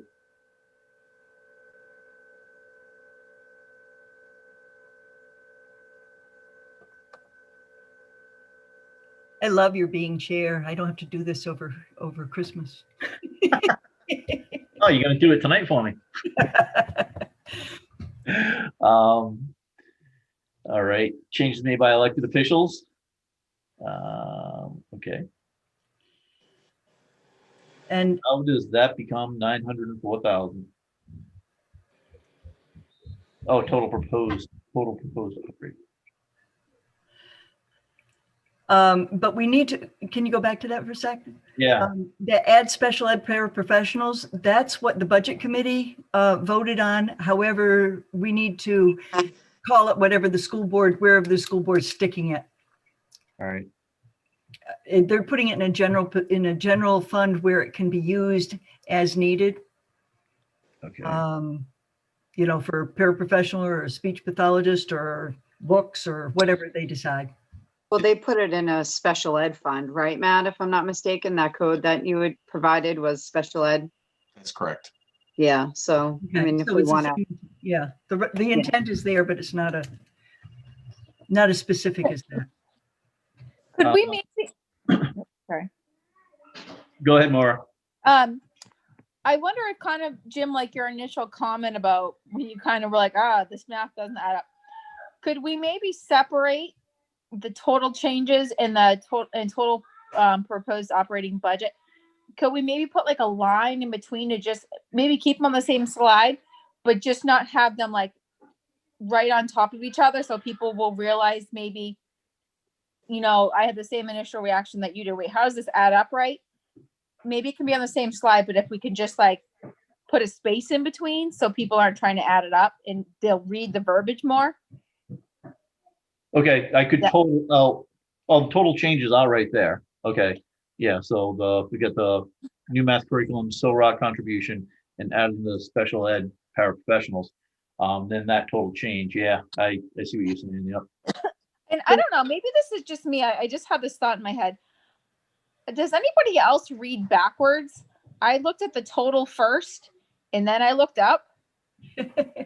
I don't know. Does anybody else do that? Because I looked at 904 and then I look up. I never noticed I did that. And maybe I just did it this one time, but and that was maybe why I was thinking if it was separated. Maybe it's because I'm left-handed, I think differently. well, I think in order for it to flow, this is where Mary had a point when you're carrying information from previous slides. You know, it's not clear how, you know, I would like to see that number is that like the million, I'm sorry, I don't have the ability to go back and forth between slide, but the number before, you know, I would, again, when you're breaking things down like this, like that $1 million right there, you know, if you do, you know, if you add that to the maybe the top level or somewhere on that next slide so people understand, you know, basic, like you're breaking down a math problem for them. Hey, $1 million is what we were at. We've added A, B, C, D. Now the new adjusted changes is 904,000 or whatever that number was on the next slide. I mean, maybe you just mention it, but again, it's just hard for people to follow that. Like, oh, how did they get to 904,000? Oh, I'm taking that $1 million and then, you know, so I just think if we could find a way to add it to the slide, you know, the original, and then, hey, here are the changes. Here's the total. I like Moira's thing. Put a line to separate it. That's just how my brain works. So building on that, if you made a first line there, superintendent's recommendation, put the amount in and put the minus $1 million, and then do the same thing, you know, for the other total proposed operating budget, the amount of it and the minus 904, and just put in the third column. Yeah, I like that. Yeah. Or I know. could you a separate slide following this showing, you know, the debits less the credits, and you know, just show it like a math problem. This plus or minus that equals that. If you want to just spell it out and maybe change the font or the italicize notations at the bottom of each page, and then carry them forward like a summary page. So I'm thinking about this more. Why does the total proposed operating budget change, increase here? Why does that have to be on this page if this is changes made by elected officials? Are we saying that this is the result of the changes made by the elected officials? Yeah. Here? Yeah, it's gone from the superintendent's recommendation to Right. almost $100,000 higher. Okay. Which, may I make a parenthetical remark that if all the people I've talked to who've ever served on school boards and budget committees, we have such an unusual thing. And congratulations to Tom and Matt. One of their goals is to be transparent, and they don't play the games of putting forward a budget with little secret add-ons that we're supposed to find and make it into a game. Oh, find where I padded it. It isn't that. He puts forward a very transparent budget. This is what we need. This is what I need to run the district. Here's some things you can think about adding now or later, and, you know, appreciate whatever you can do. I mean, I just am constantly amazed and very grateful. Okay. Close I think- parentheses. I think we need to fix the slide. I don't know, Jim, maybe you can play around with the formatting a little bit and just figure out, you know, whether it be adding it to top or Mary's recommendation, something. It's just not very transparent what we're trying to get across there. And I agree more that the title says changes made by elected officials. There should be a total for the changes made by elected officials. You see it as 83.6, but that should be, in my opinion, the 83.6 is what should be highlighted to reflect the title. It's And actually, then, Yeah. actually 95.6. The math is wrong there. okay, well, whatever that Yeah, it subtotal is. should tie in with the header. And so Yeah. that you could take, like I said, adding a separate page to show the math. We started Or with you- this, Yeah. we subtracted this, we added this, and this is where we're at. Yeah. Or you could move them up a little bit, you know what I mean? And Mary's point is valid that the total changes, it's not clear that those are the changes made.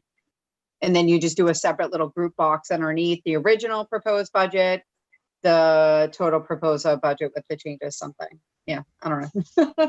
I think you could play with the formatting. All right. So, Mary, Yes. what is it you want to, how do you want to tie the title into the total changes?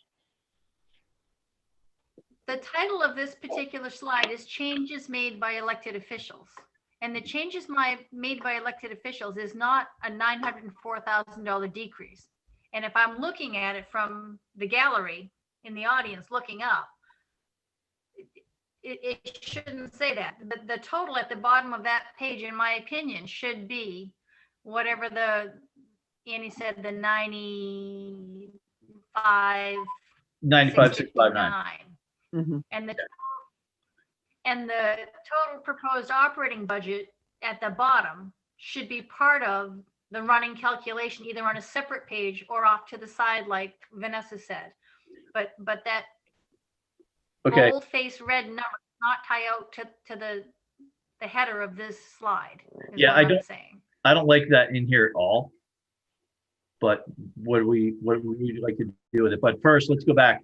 I want you mentioned something of how we're gonna have a description. I'm sitting there pointing to my screen. You can't see me do it. So we have the description of the total changes, and you're saying that verbiage doesn't tie back to this title up here. No, what I what thought I'm it would saying say. is the total proposed operating budget at the bottom in bold Yep. does not tie out to the header on this slide. Okay. All right.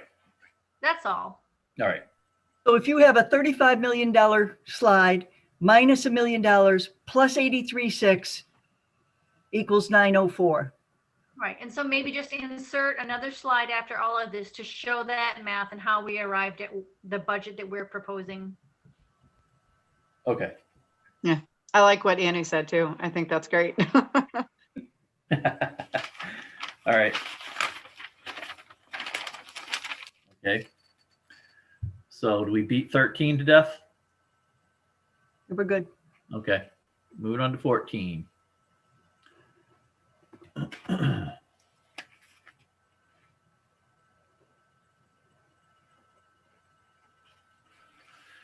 Staff reduction in response to past and continuing enrollment declines. Anything we wish to discuss on this?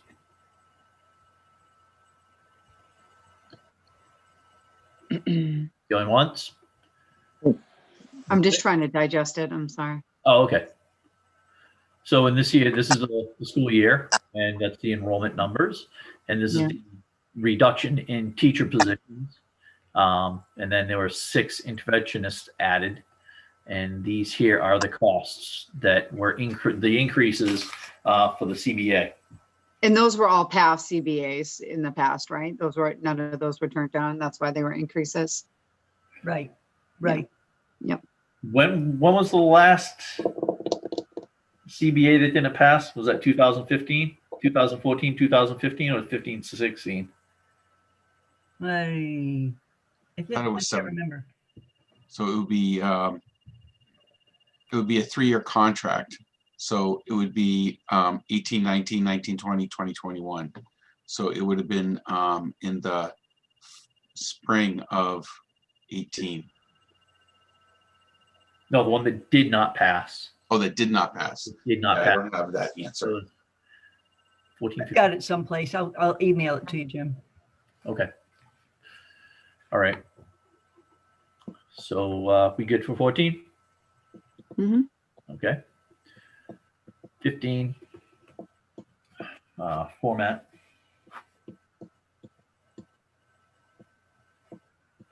What is RIFs? I'm sorry. Reduction in force. I'll add that so that people know what it is. Okay. You know.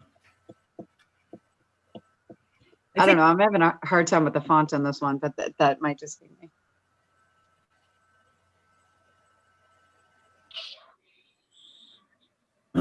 Well, the font will change. Okay. So. Okay. Everybody good? May I make a suggestion on that? You go ahead, Mary. The very last line says all staff reductions since 2017 have been handled through attrition. Yes. Maybe that should be your header instead of no RIFs and past staff reductions. That's Maybe a that good. should be your header. That's good. And that would get rid of the acronym and Okay. the need to define it. I like that. That's good.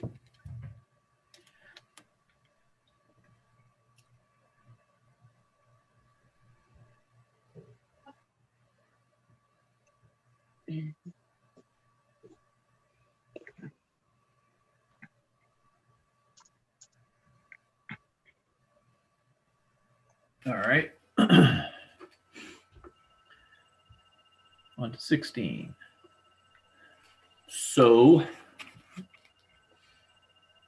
This is one that I am absolutely committed to our having in this thing, because I think part of the conversation that is out there is, well, there are people on both sides, but there are people who are like, oh my God, we're going to cut almost $1 million out of the budget. What about the kids? You know, I mean, we're in the middle of COVID. How are we going to get them back into school? And I just think it's really important for people to know that this is being cut. The cuts are not cuts in our surpluses. We still have a good 3% surplus built into the budget. We have reserve accounts. We have money available in the school resources to add a paraprofessional if a child moves in and if there's a new need. We have money to hire another speech pathologist if we have to hire one because we have needs that have to be met in the school. We have money to hire a new kindergarten teacher if we have a bunch of kindergartners move in. We have the money in the budget and in the reserves. And I think it's really important for people to know that this is, when we talk about a needs-based budget, this is needs-based, but it's not bare bones. This is a budget which covers all the needs to provide quality education, but it does not cut the extra safety nets that we've got that have been in the budget historically. And I just think we really need people to understand that, because the fear level I know is high. The risk factor is that there are wingnuts on the other side who are going to say, we have an extra $1 million in the budget, I want it out of there. That's just not good budgeting. That goes back, if it isn't spent, if it isn't needed, it goes back to the taxpayers as a tax credit the next year. Yep. So the one objection I have to this slide is the subject title. Like, is this budget, is it a good idea? I mean, I think that we can, I'm not against, you know, full transparency. Tell us what is in the contingency funds, explain what they can be used for, the reserve funds, you know, certainly putting that information out there, but I don't like that title. You know what I mean? That, because I think we're getting across an idea to the public that could be perceived in both ways. And I don't really want to do that. I'd rather make it as factual basis as possible. In just, you know, maybe outline these things for folks and to speak to it. I just don't like I have a problem with that subject title. Do you have an idea for one? Is a budget that's lower than a good idea? You know, Why are we planting that seed? yeah, I don't know. I mean, my thought is, when you looked at the reorganization plan from last spring, or whenever, I forget when it was presented, he said, you know, we're going to, from the reorganization, we're going to save this like 400,000 and change in year one. And in year two, it's going to be $1 million. I mean, he told us how we was going to do it. He said it was going to happen. I don't know that we need to beg a problem by posing this as a question. Okay, so what I'm getting out of this is that the title of this slide is not explaining or really related to what the details that are going to be filling in those areas for the tax credit, the specified fund, and the balance.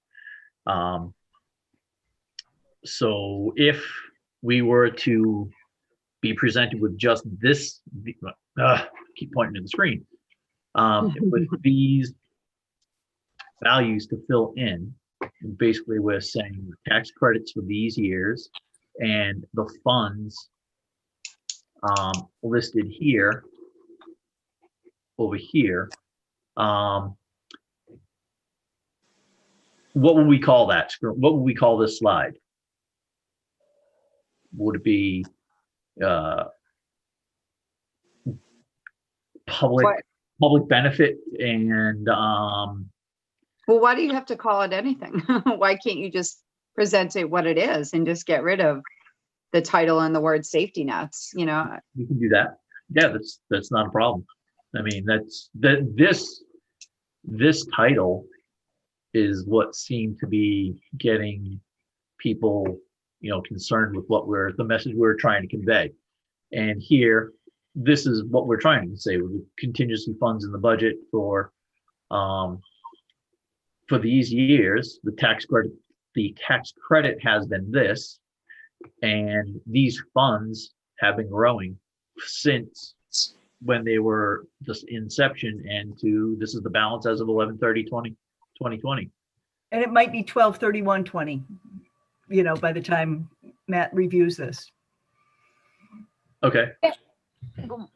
Can I say something? Laura, go ahead. So I think I might understand Annie's original point. I don't really love the slide and how it's set up. And I agree with Vanessa. I don't really like the title of it, but is the point that we're really trying to make here, and maybe I'm misunderstanding, to understand that there is contingency funds. So for people who are concerned that we are, we're getting rid of whatever 4, 6.5 positions. Are we trying to show, is the point that we're trying to show that we have the money for some of these unexpected causes, specifically to teach, if kids come into the district and we need to hire more teachers? Because to me, if that's what we're trying to get at, I don't necessarily think that spells it out. I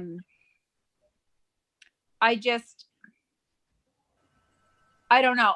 I think that if we're trying to let people know that we have the money to hire another teacher if we want, I don't necessarily think that I would draw the dots of, oh, there's money here. Oh, they are willing to hire another teacher. I'm sorry, I don't really have a recommendation. I agree with, I think, Annie's original point. That's what she was saying. I just don't know if this slide really does it. Well, if I may point again. So I really like the idea of showing the tax credit for the years as they've gone by, so people get to see them and what's actually going on with it and how their tax bill fluctuates. And we're trying to flatten that curve. Well, the administration is trying to flatten that curve, and it's our job to, sell to people and say, have confidence in your administration. They are working hard to make this happen. And you've been getting your tax credits. You might not like them all they're not going to be as healthy as you want them to be. But on the other hand, with that going on, you're getting these tax credits. We're also building these growing reserve accounts over here that are going to allow us to absorb some type of emergency or some type of growth within our district. And these funds over here are going to make it so that your taxes don't have to go up the following year or the year after that. As long as we keep growing these reserve accounts at a minimal cost to the taxpayer every year, this is all going to flatten out, and people are going to be much happier to be dealing with the tax bill that they get for which is basically. Should we have a slide then that says what the emergency funds can be used for? Yeah, you took my, I agree with Moira. I think you break this into 2 slides. You talk about the contingency funds in the budget and the credits people have received, and then you carry over to a new slide that the growing reserve accounts, and just give a quick synopsis example of what those could be used for, so people have a better understanding of it. Okay. Matt, would you be able to provide basically fill in the blanks for the tax credits and the funds that we have? I do want to kind of clarify with you the term tax credits. Are you talking about the surplus funds that are getting returned back to the taxpayers as a reduction in their tax rate? That's I wouldn't use a tax credit in any other type of format. If it's a tax credit, it's a credit that's coming back to you. There's no way I would say that we have this coming back to you under this tax credit, and then, oh, by the way, there's also this other tax credit that's going on. Okay. So as part of the reserves that the school board has voted, there's a fund called the contingency fund. And I think that it's the wording here where it says contingency funds in the budget may be misleading, because the contingency fund is not in the budget. All it is just a reserve of surplus funds that wasn't returned back to the taxpayers. So I want to work with you on clarifying the verbiage. Just for an example, last year, the school board voted to put in the contingency fund $569,000. And the year before was $400,000. It has to be renewed each year, and we can only reserve 2.5% of our net appropriation. So I can work. I can definitely fill this in. I just want to make sure it's as clear as possible. Okay. Excellent. I think, I got to take a 1 moment break.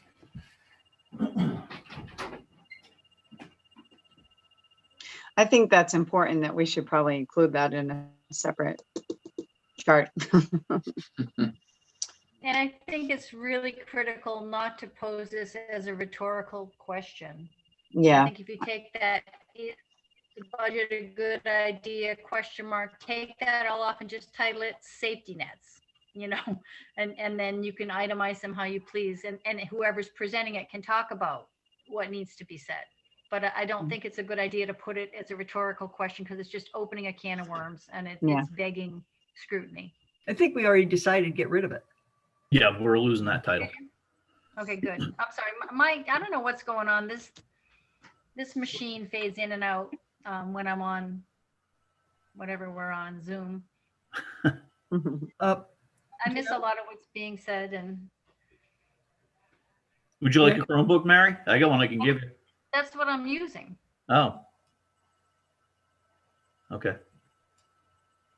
Jim, Yes. Annie, using the word contingency funds in the budget is probably not correct, as Matt was saying, because that emergency contingency fund would be under funds. So the amount that's intended to be here on this slide is the actual tax credit of the unexpended funds that went back. And the other portion of what was unexpended goes into that contingency reserve fund. So I don't think we need to look at the total. We're looking at kind of where the money is. Got it. So this slide's going to split to two. It's going to show the tax credit for the school years listed on the left-hand side over here. And then the other slide is just going to be reserve accounts. I'm not going to call growing reserve accounts or anything. It's just going to be reserve accounts. And it will show the funds and the balances. Matt, you made a mention that it was just one fund, or are there? No, there's 4 or 5. There are multiple funds. Okay. Yep. On the left-hand side, you spoke about contingency funds. Yep. On the right-hand side, we have the facility use revolving fund. We have a capital reserve fund for facility maintenance, another one for special education, another one for unexpended, unexpected educational costs. And contingency fund. Yeah, the contingency fund. I think that's a complete list. Okay, that's good. That's good. I'm Is good with the that. proper term reserve accounts, or are they revolving funds? What is the Okay. appropriate term? A revolving fund is, yeah, I don't want to get into technicalities. A revolving fund is pretty close to like a business, where what you're doing is you're offering a service for a fee, and then you're turning that revenue and you're directing it to a specific purpose. So multiple years ago, the district meeting voters voted to restrict building use rentals, and it can only be used for, I believe, technology upgrades, facility maintenance, and custodial costs related to the rental of that facility. So a revolving fund is just restricted revenues, and I think that's a safe definition. Then there are 2 other reserves that are specified by statute that are treated like trusts. The first one's called a capital reserve fund, and then the second one's called an expendable trust fund. And quite frankly, the two they operate very identically. The money we raise through taxation, we set it aside. We actually hand it to the trustees of trust funds and they invest it in a cash account. And if the school board requests money from it to expend, we have to make a request of the trustees, and they send us the money, and then we spend it on the purpose that was defined by the warrant article that approved it.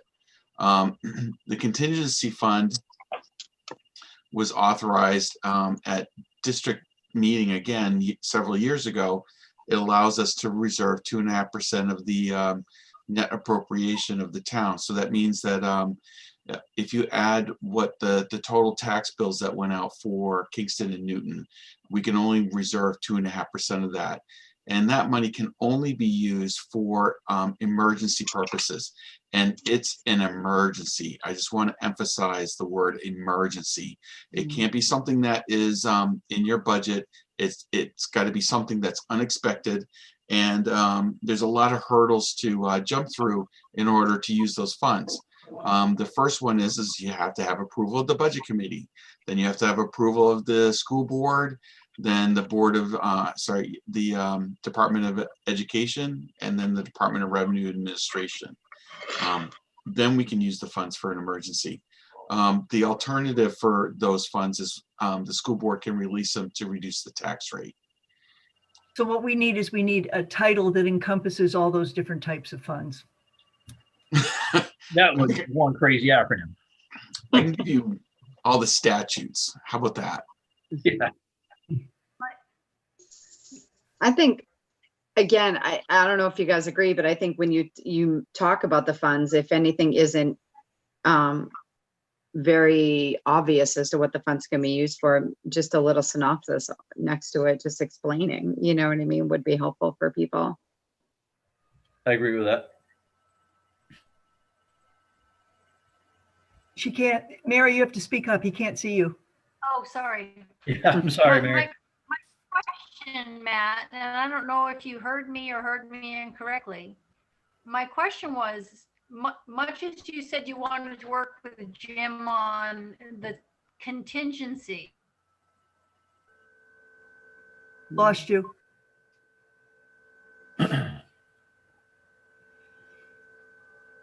Mary? She's frozen, Jim. Okay.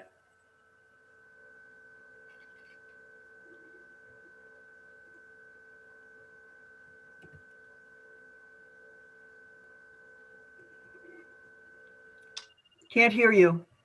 Oh, my Lord. We heard that. My question was, when Matt went off on this big explanation, was much like he's going to talk to Jim about delineating the contingency fund terminology on the left-hand side of the screen. Do you also need to do that regarding reserve accounts? Is that an appropriate capture for revolving accounts and reserve accounts? Is that okay? Is anybody going to squawk about that? How about this? I can provide Jim with a summary of each of the contingency funds of the district meeting warrant article that authorized them, the statutes that govern them, and what the purpose is for. Okay, and then leave it up to this committee and how they want to give the word out to the taxpayers.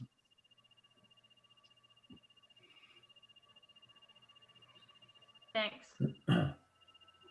So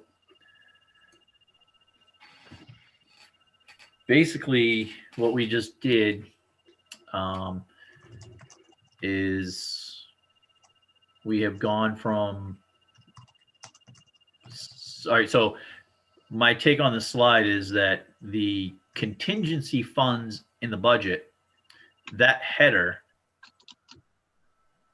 could be removed and we don't have to get into any explanation of a contingency fund. Agree with you. Just tax credit, period. Yeah, and just stick it with a tax credit. And then we have, that's all on one slide.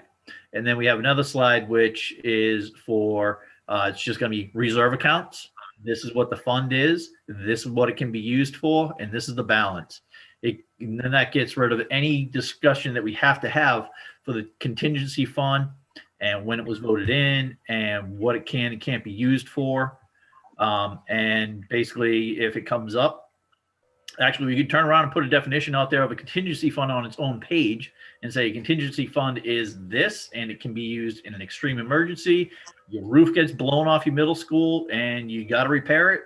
And at the end of the year, if nothing happens, it goes back to the taxpayer.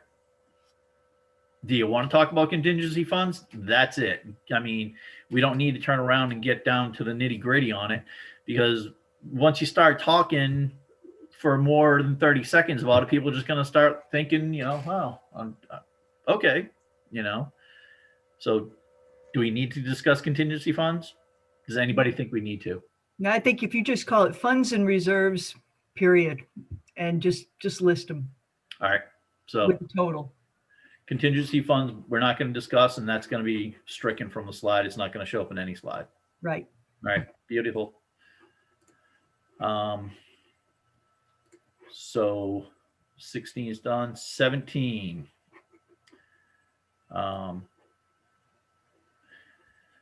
Okay. Fiscal year 2019 and 2020 gave us a huge tax credit, which will not be a repeat. 2.3 million of the unexpended funds, and the amounts. This is where this is the amounts that Matt provided us. This is the bucket or the line item that it went to, and is it related to COVID? So we saved 201,000 on unanticipated tuition. No, it's none. This is self-explanatory. I'm sorry, that's a revenue. That was extra money coming in. Yeah, that was additional revenue above our revenue budget. And then the next one is unanticipated state aid that was above our revenue budget. And then the remainder are all expenditures where we were under budget, under the appropriation. And the only one of those that's not possibly at least partially COVID related is the capital improvement. So, all right. So let's go back to this. Oh, I'm sorry. The unspent health insurance, that's a revenue. Basically, because of COVID-19, people didn't go to the hospitals, the doctor's office, and we got to return a premium. And we have to record it as a revenue to the school district. Right.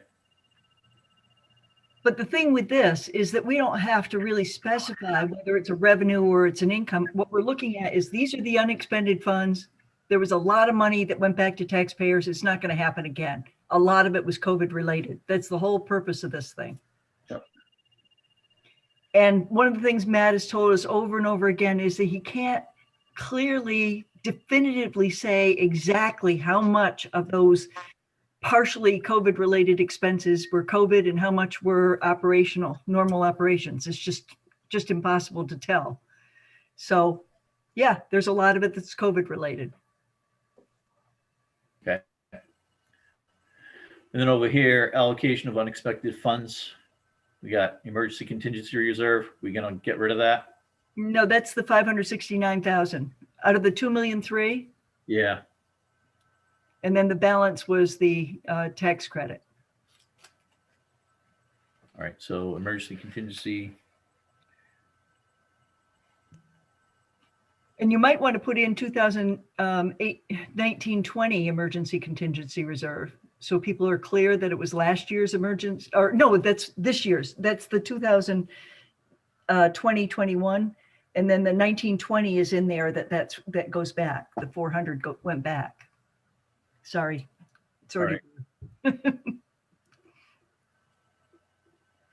This slide, that portion of the slide is super confusing for me. So we're trying to say that we retained 569,000 for the emergency contingency reserve.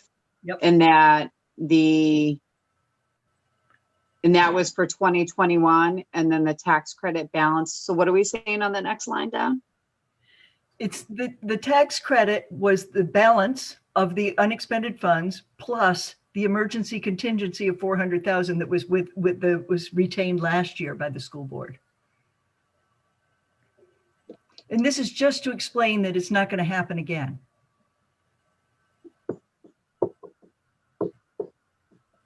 Okay. I'm still a little lost, but that might just be me. All right. So back down in this block here, what's the value you want to put in there? Matt, what was it? about 2,500,000, something like that. The amount that's being returned back to taxpayers, Yeah. 2,305,355. That, The amount, that was the unexpended amount, wasn't it? Or was that the amount that was returned to taxpayers? That's the amount that gets returned back to taxpayers. Okay, so that number needs to be changed that Jim is circling right now. Wait a minute.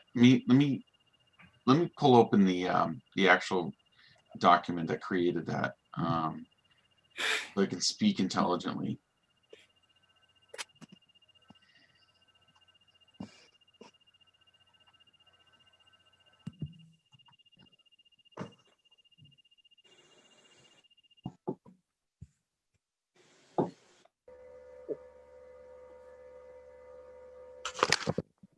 That's okay. My brain is borderline mush right now, so I'm having a hard time digesting things. We're getting late. Yeah. All right, so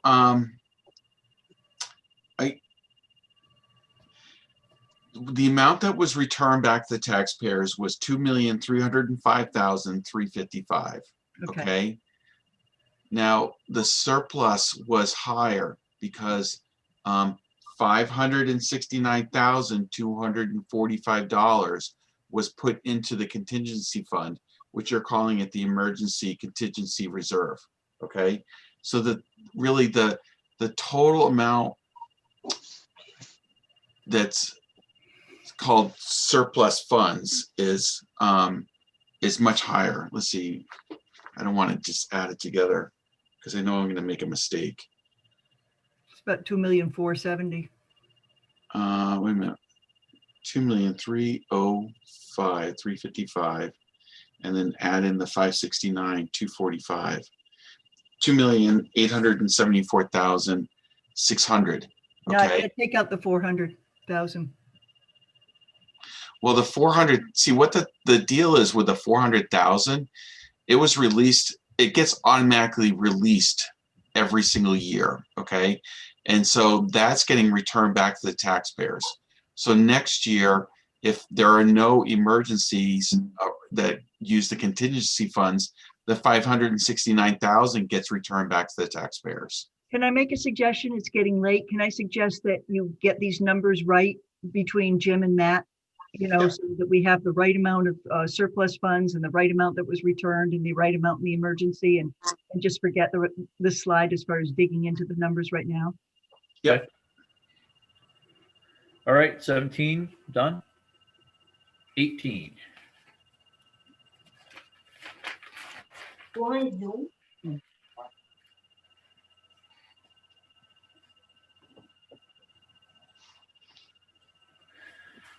All right.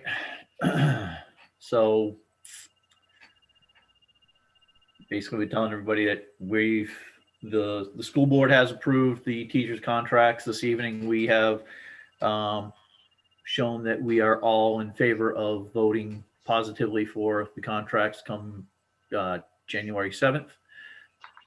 And this is just telling the public there's been a history of failures, and the cost to the district is between $10,000 and $15,000 per resource being added, which is a teacher. And it has an impact on the students' learning and the staff morale. Everybody good with that? Important. Yeah, I message. mean, Okay. Okay. All right. 19.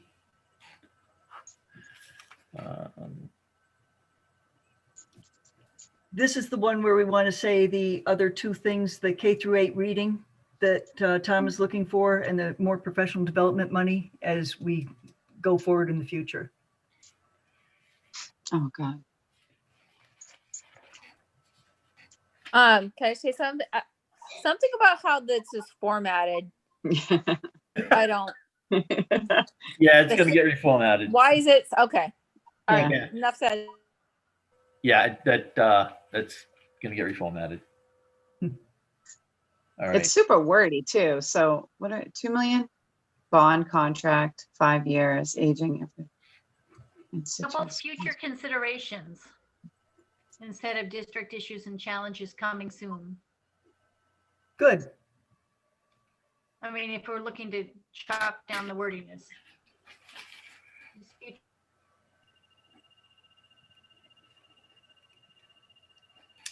All right, Mary, you're our little wordsmith for the evening. What do you want to call this? She's frozen. Come on, Mary. I think she said future considerations. Yes. Okay, future considerations. Can you like bulletize this or something too? Who was that? Vanessa? Yeah. Yes. Sorry. That's okay. I can't see. You just sounded a little different that time. I was yawning. I'm sorry. Getting tired? I didn't sleep very well last night. How about if you do bulletize it and say high school bond contract paid in 5 years or something, or 5 years left on high school bond. Or how about just put the date? Okay. I mean. Yeah, $2.5 million bond contract expires or paid off in 2026. Aging infrastructure maintenance, that's short. Fremont contract ends with the year. Ends in 2026 or whatever it is.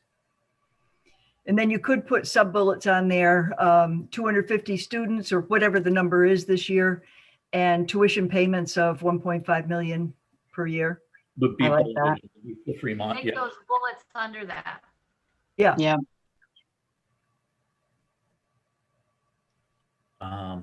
So then the Sanborn needs to balance improvement students' outcomes and watching costs to attract students and families. That would just be its own sentence underneath the bullets.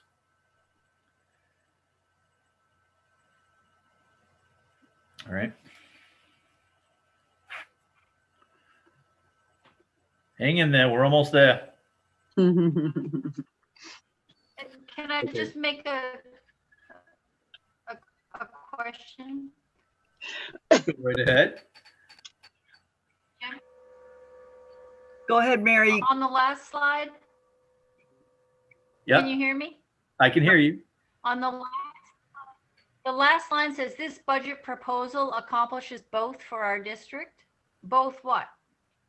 Balancing student outcomes and watching costs? All right, and it's not a proposal. At this point, it's a budget. I mean, right. I don't know, is that technical? Or is it being proposed to the voters? It is. Okay. It actually always should say operating budget proposal. Okay.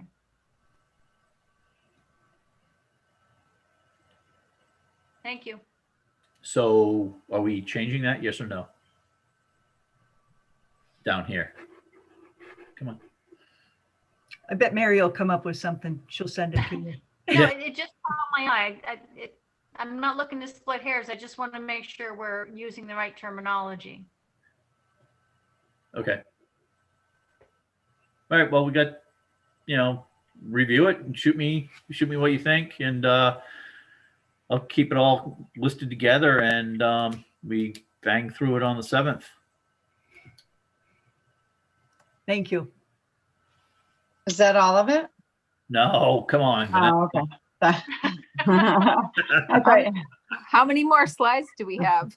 3. Okay. Whoa. So here, this is how does the budget get funded? So tuition, earnings from investments, food service sales, other local sources, school building aid. Now that school building aid would include federal and state, Matt? No, that's the amount of money that the state of New Hampshire is contributing towards the bond payment for the high school. Okay. And there's an actual schedule that the state has that is amortized over the remaining life of the bond. So I know what those payments are for the next until 2024. Okay. Then we have special education aid, child nutrition, that comes from the state. Okay.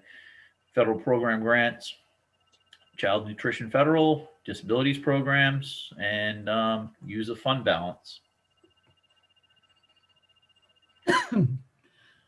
So I don't want to split hairs, but does it make, I mean, people can assume that we're just talking about the current year, like 20 to 2021.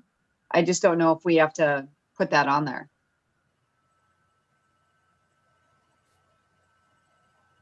It's probably a good idea that you put it on there, what year you're talking about. Mhm.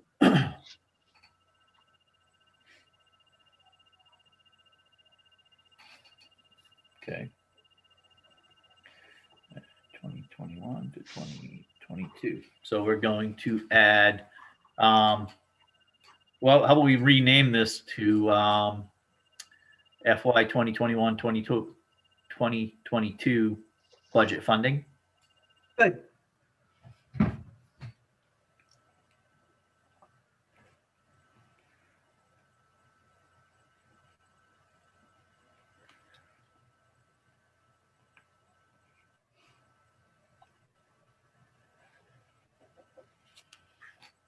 Okay. And then text box and all that other kind of stuff's over here.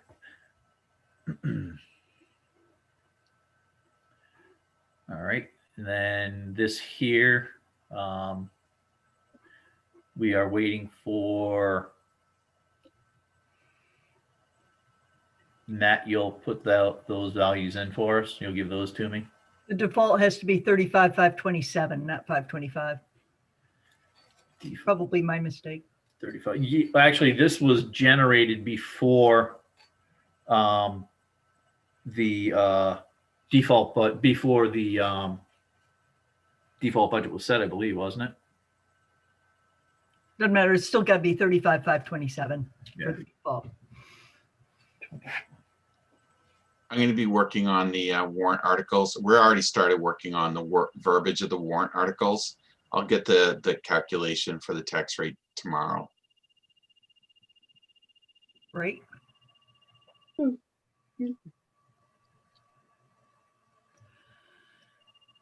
right. Hang in there, Vanessa. Proposed operating budget. Who? Didn't. All right. Awesome. Didn't stop sharing. Okay. Do my phone. So this is just an explanation of the operating budget, basically.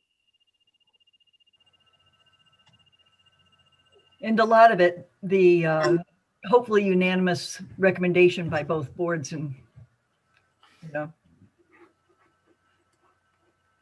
So new contract negotiation coming 21. So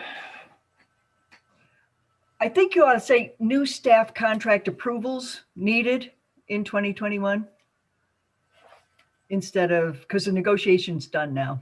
yeah. It's driven by falling student. I don't like the word falling student enrollment. This is an operating budget based upon declining student enrollment. I was thinking the same thing, Vanessa. Yeah, based upon declining, not driven by fallen.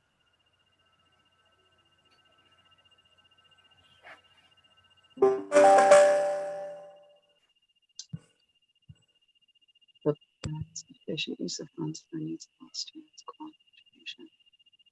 Efficient use of funds for needs of all students, quality education. So I'm thinking the location of this slide all the way at the end. Is this a good place? Are we calling this kind of like a summary slide? Yeah, that's what it is. All right. Okay. Quality education intervention.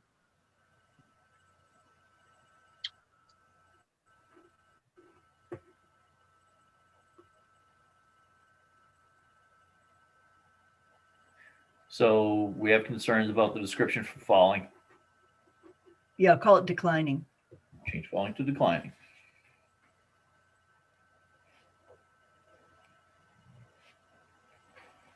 Provides efficient use of funds for needs of all students.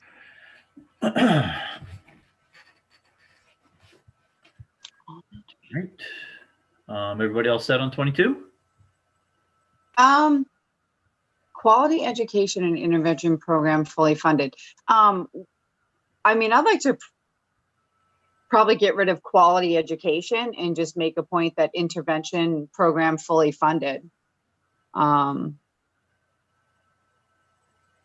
don't know. I mean, I don't know. What are we trying to say by quality education? Do we not give quality education with our budgets? You know, and like, I would like to think that that is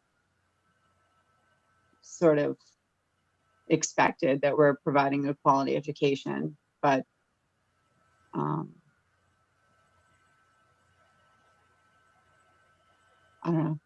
Would you ever not say we're giving a quality education? I just don't know what we're trying to accomplish by throwing that in there. You know what I mean? I think it's okay to say, you know, efficient use of funds for needs of all students. You know, it funds the intervention program is fully funded. I don't know. I don't know. I might be splitting hairs, but. Vanessa, this is Annie. I think that the purpose of saying quality education is that there's various things that I've read that people put out there that, oh, they're slashing things, the kids aren't going to get good education anymore, they're ruining the schools, they're doing this and that. And this just doesn't do that. I think we need to affirm what Tom has said. This is what he needs to provide for the needs of the kids in the district. This is for quality education. This is not a slash and burn budget just because it's down by almost $1 million. It's down because we have declining student enrollment.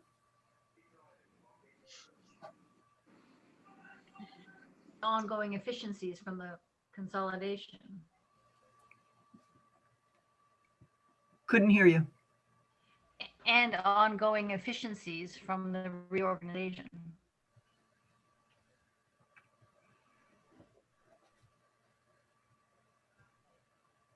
Efficient, yeah, quality, well, yeah.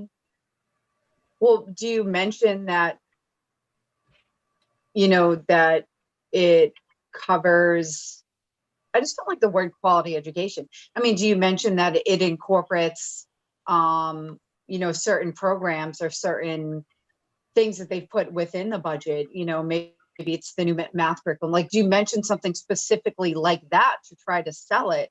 I don't think by saying, hey, we're giving you a quality education, well, you're supposed to be. I mean, that's the district's purpose, right? So, I mean, if you're trying to sell that this budget is providing something, I just don't think by you saying it's giving you a quality education is achieving the point that you want. You know, if you really are trying to sell that this is covering, you know, A, B, and C, then you need to more clearly define it. But I don't know. That's just me being silly. I'll stop. You know, I know what you're trying to do. I just don't know that you're actually accomplishing. Well, let's think about it. And, you know, when we meet in January, see if you come up with a better idea.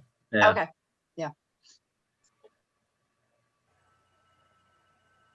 Yeah, I'm not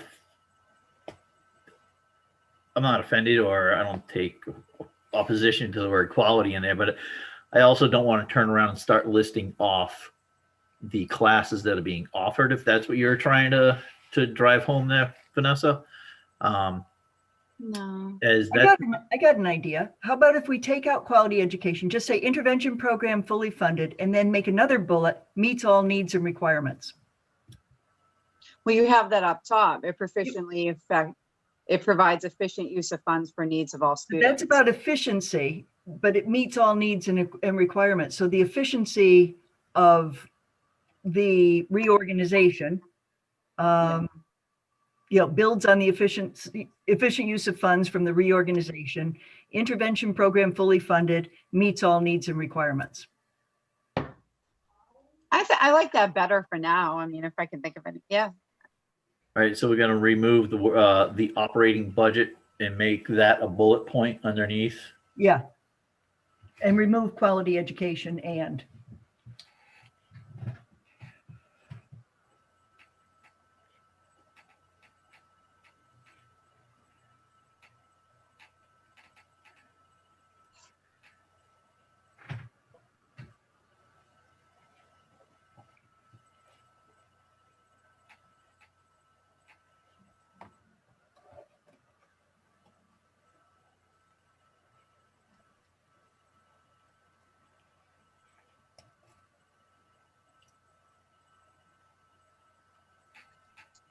And we're just removing the operating. Yes, Oh, no, the operating budget. The operating budget. Okay. Then the recommendation. And then the new staff contracts coming in 2021. All right. Right.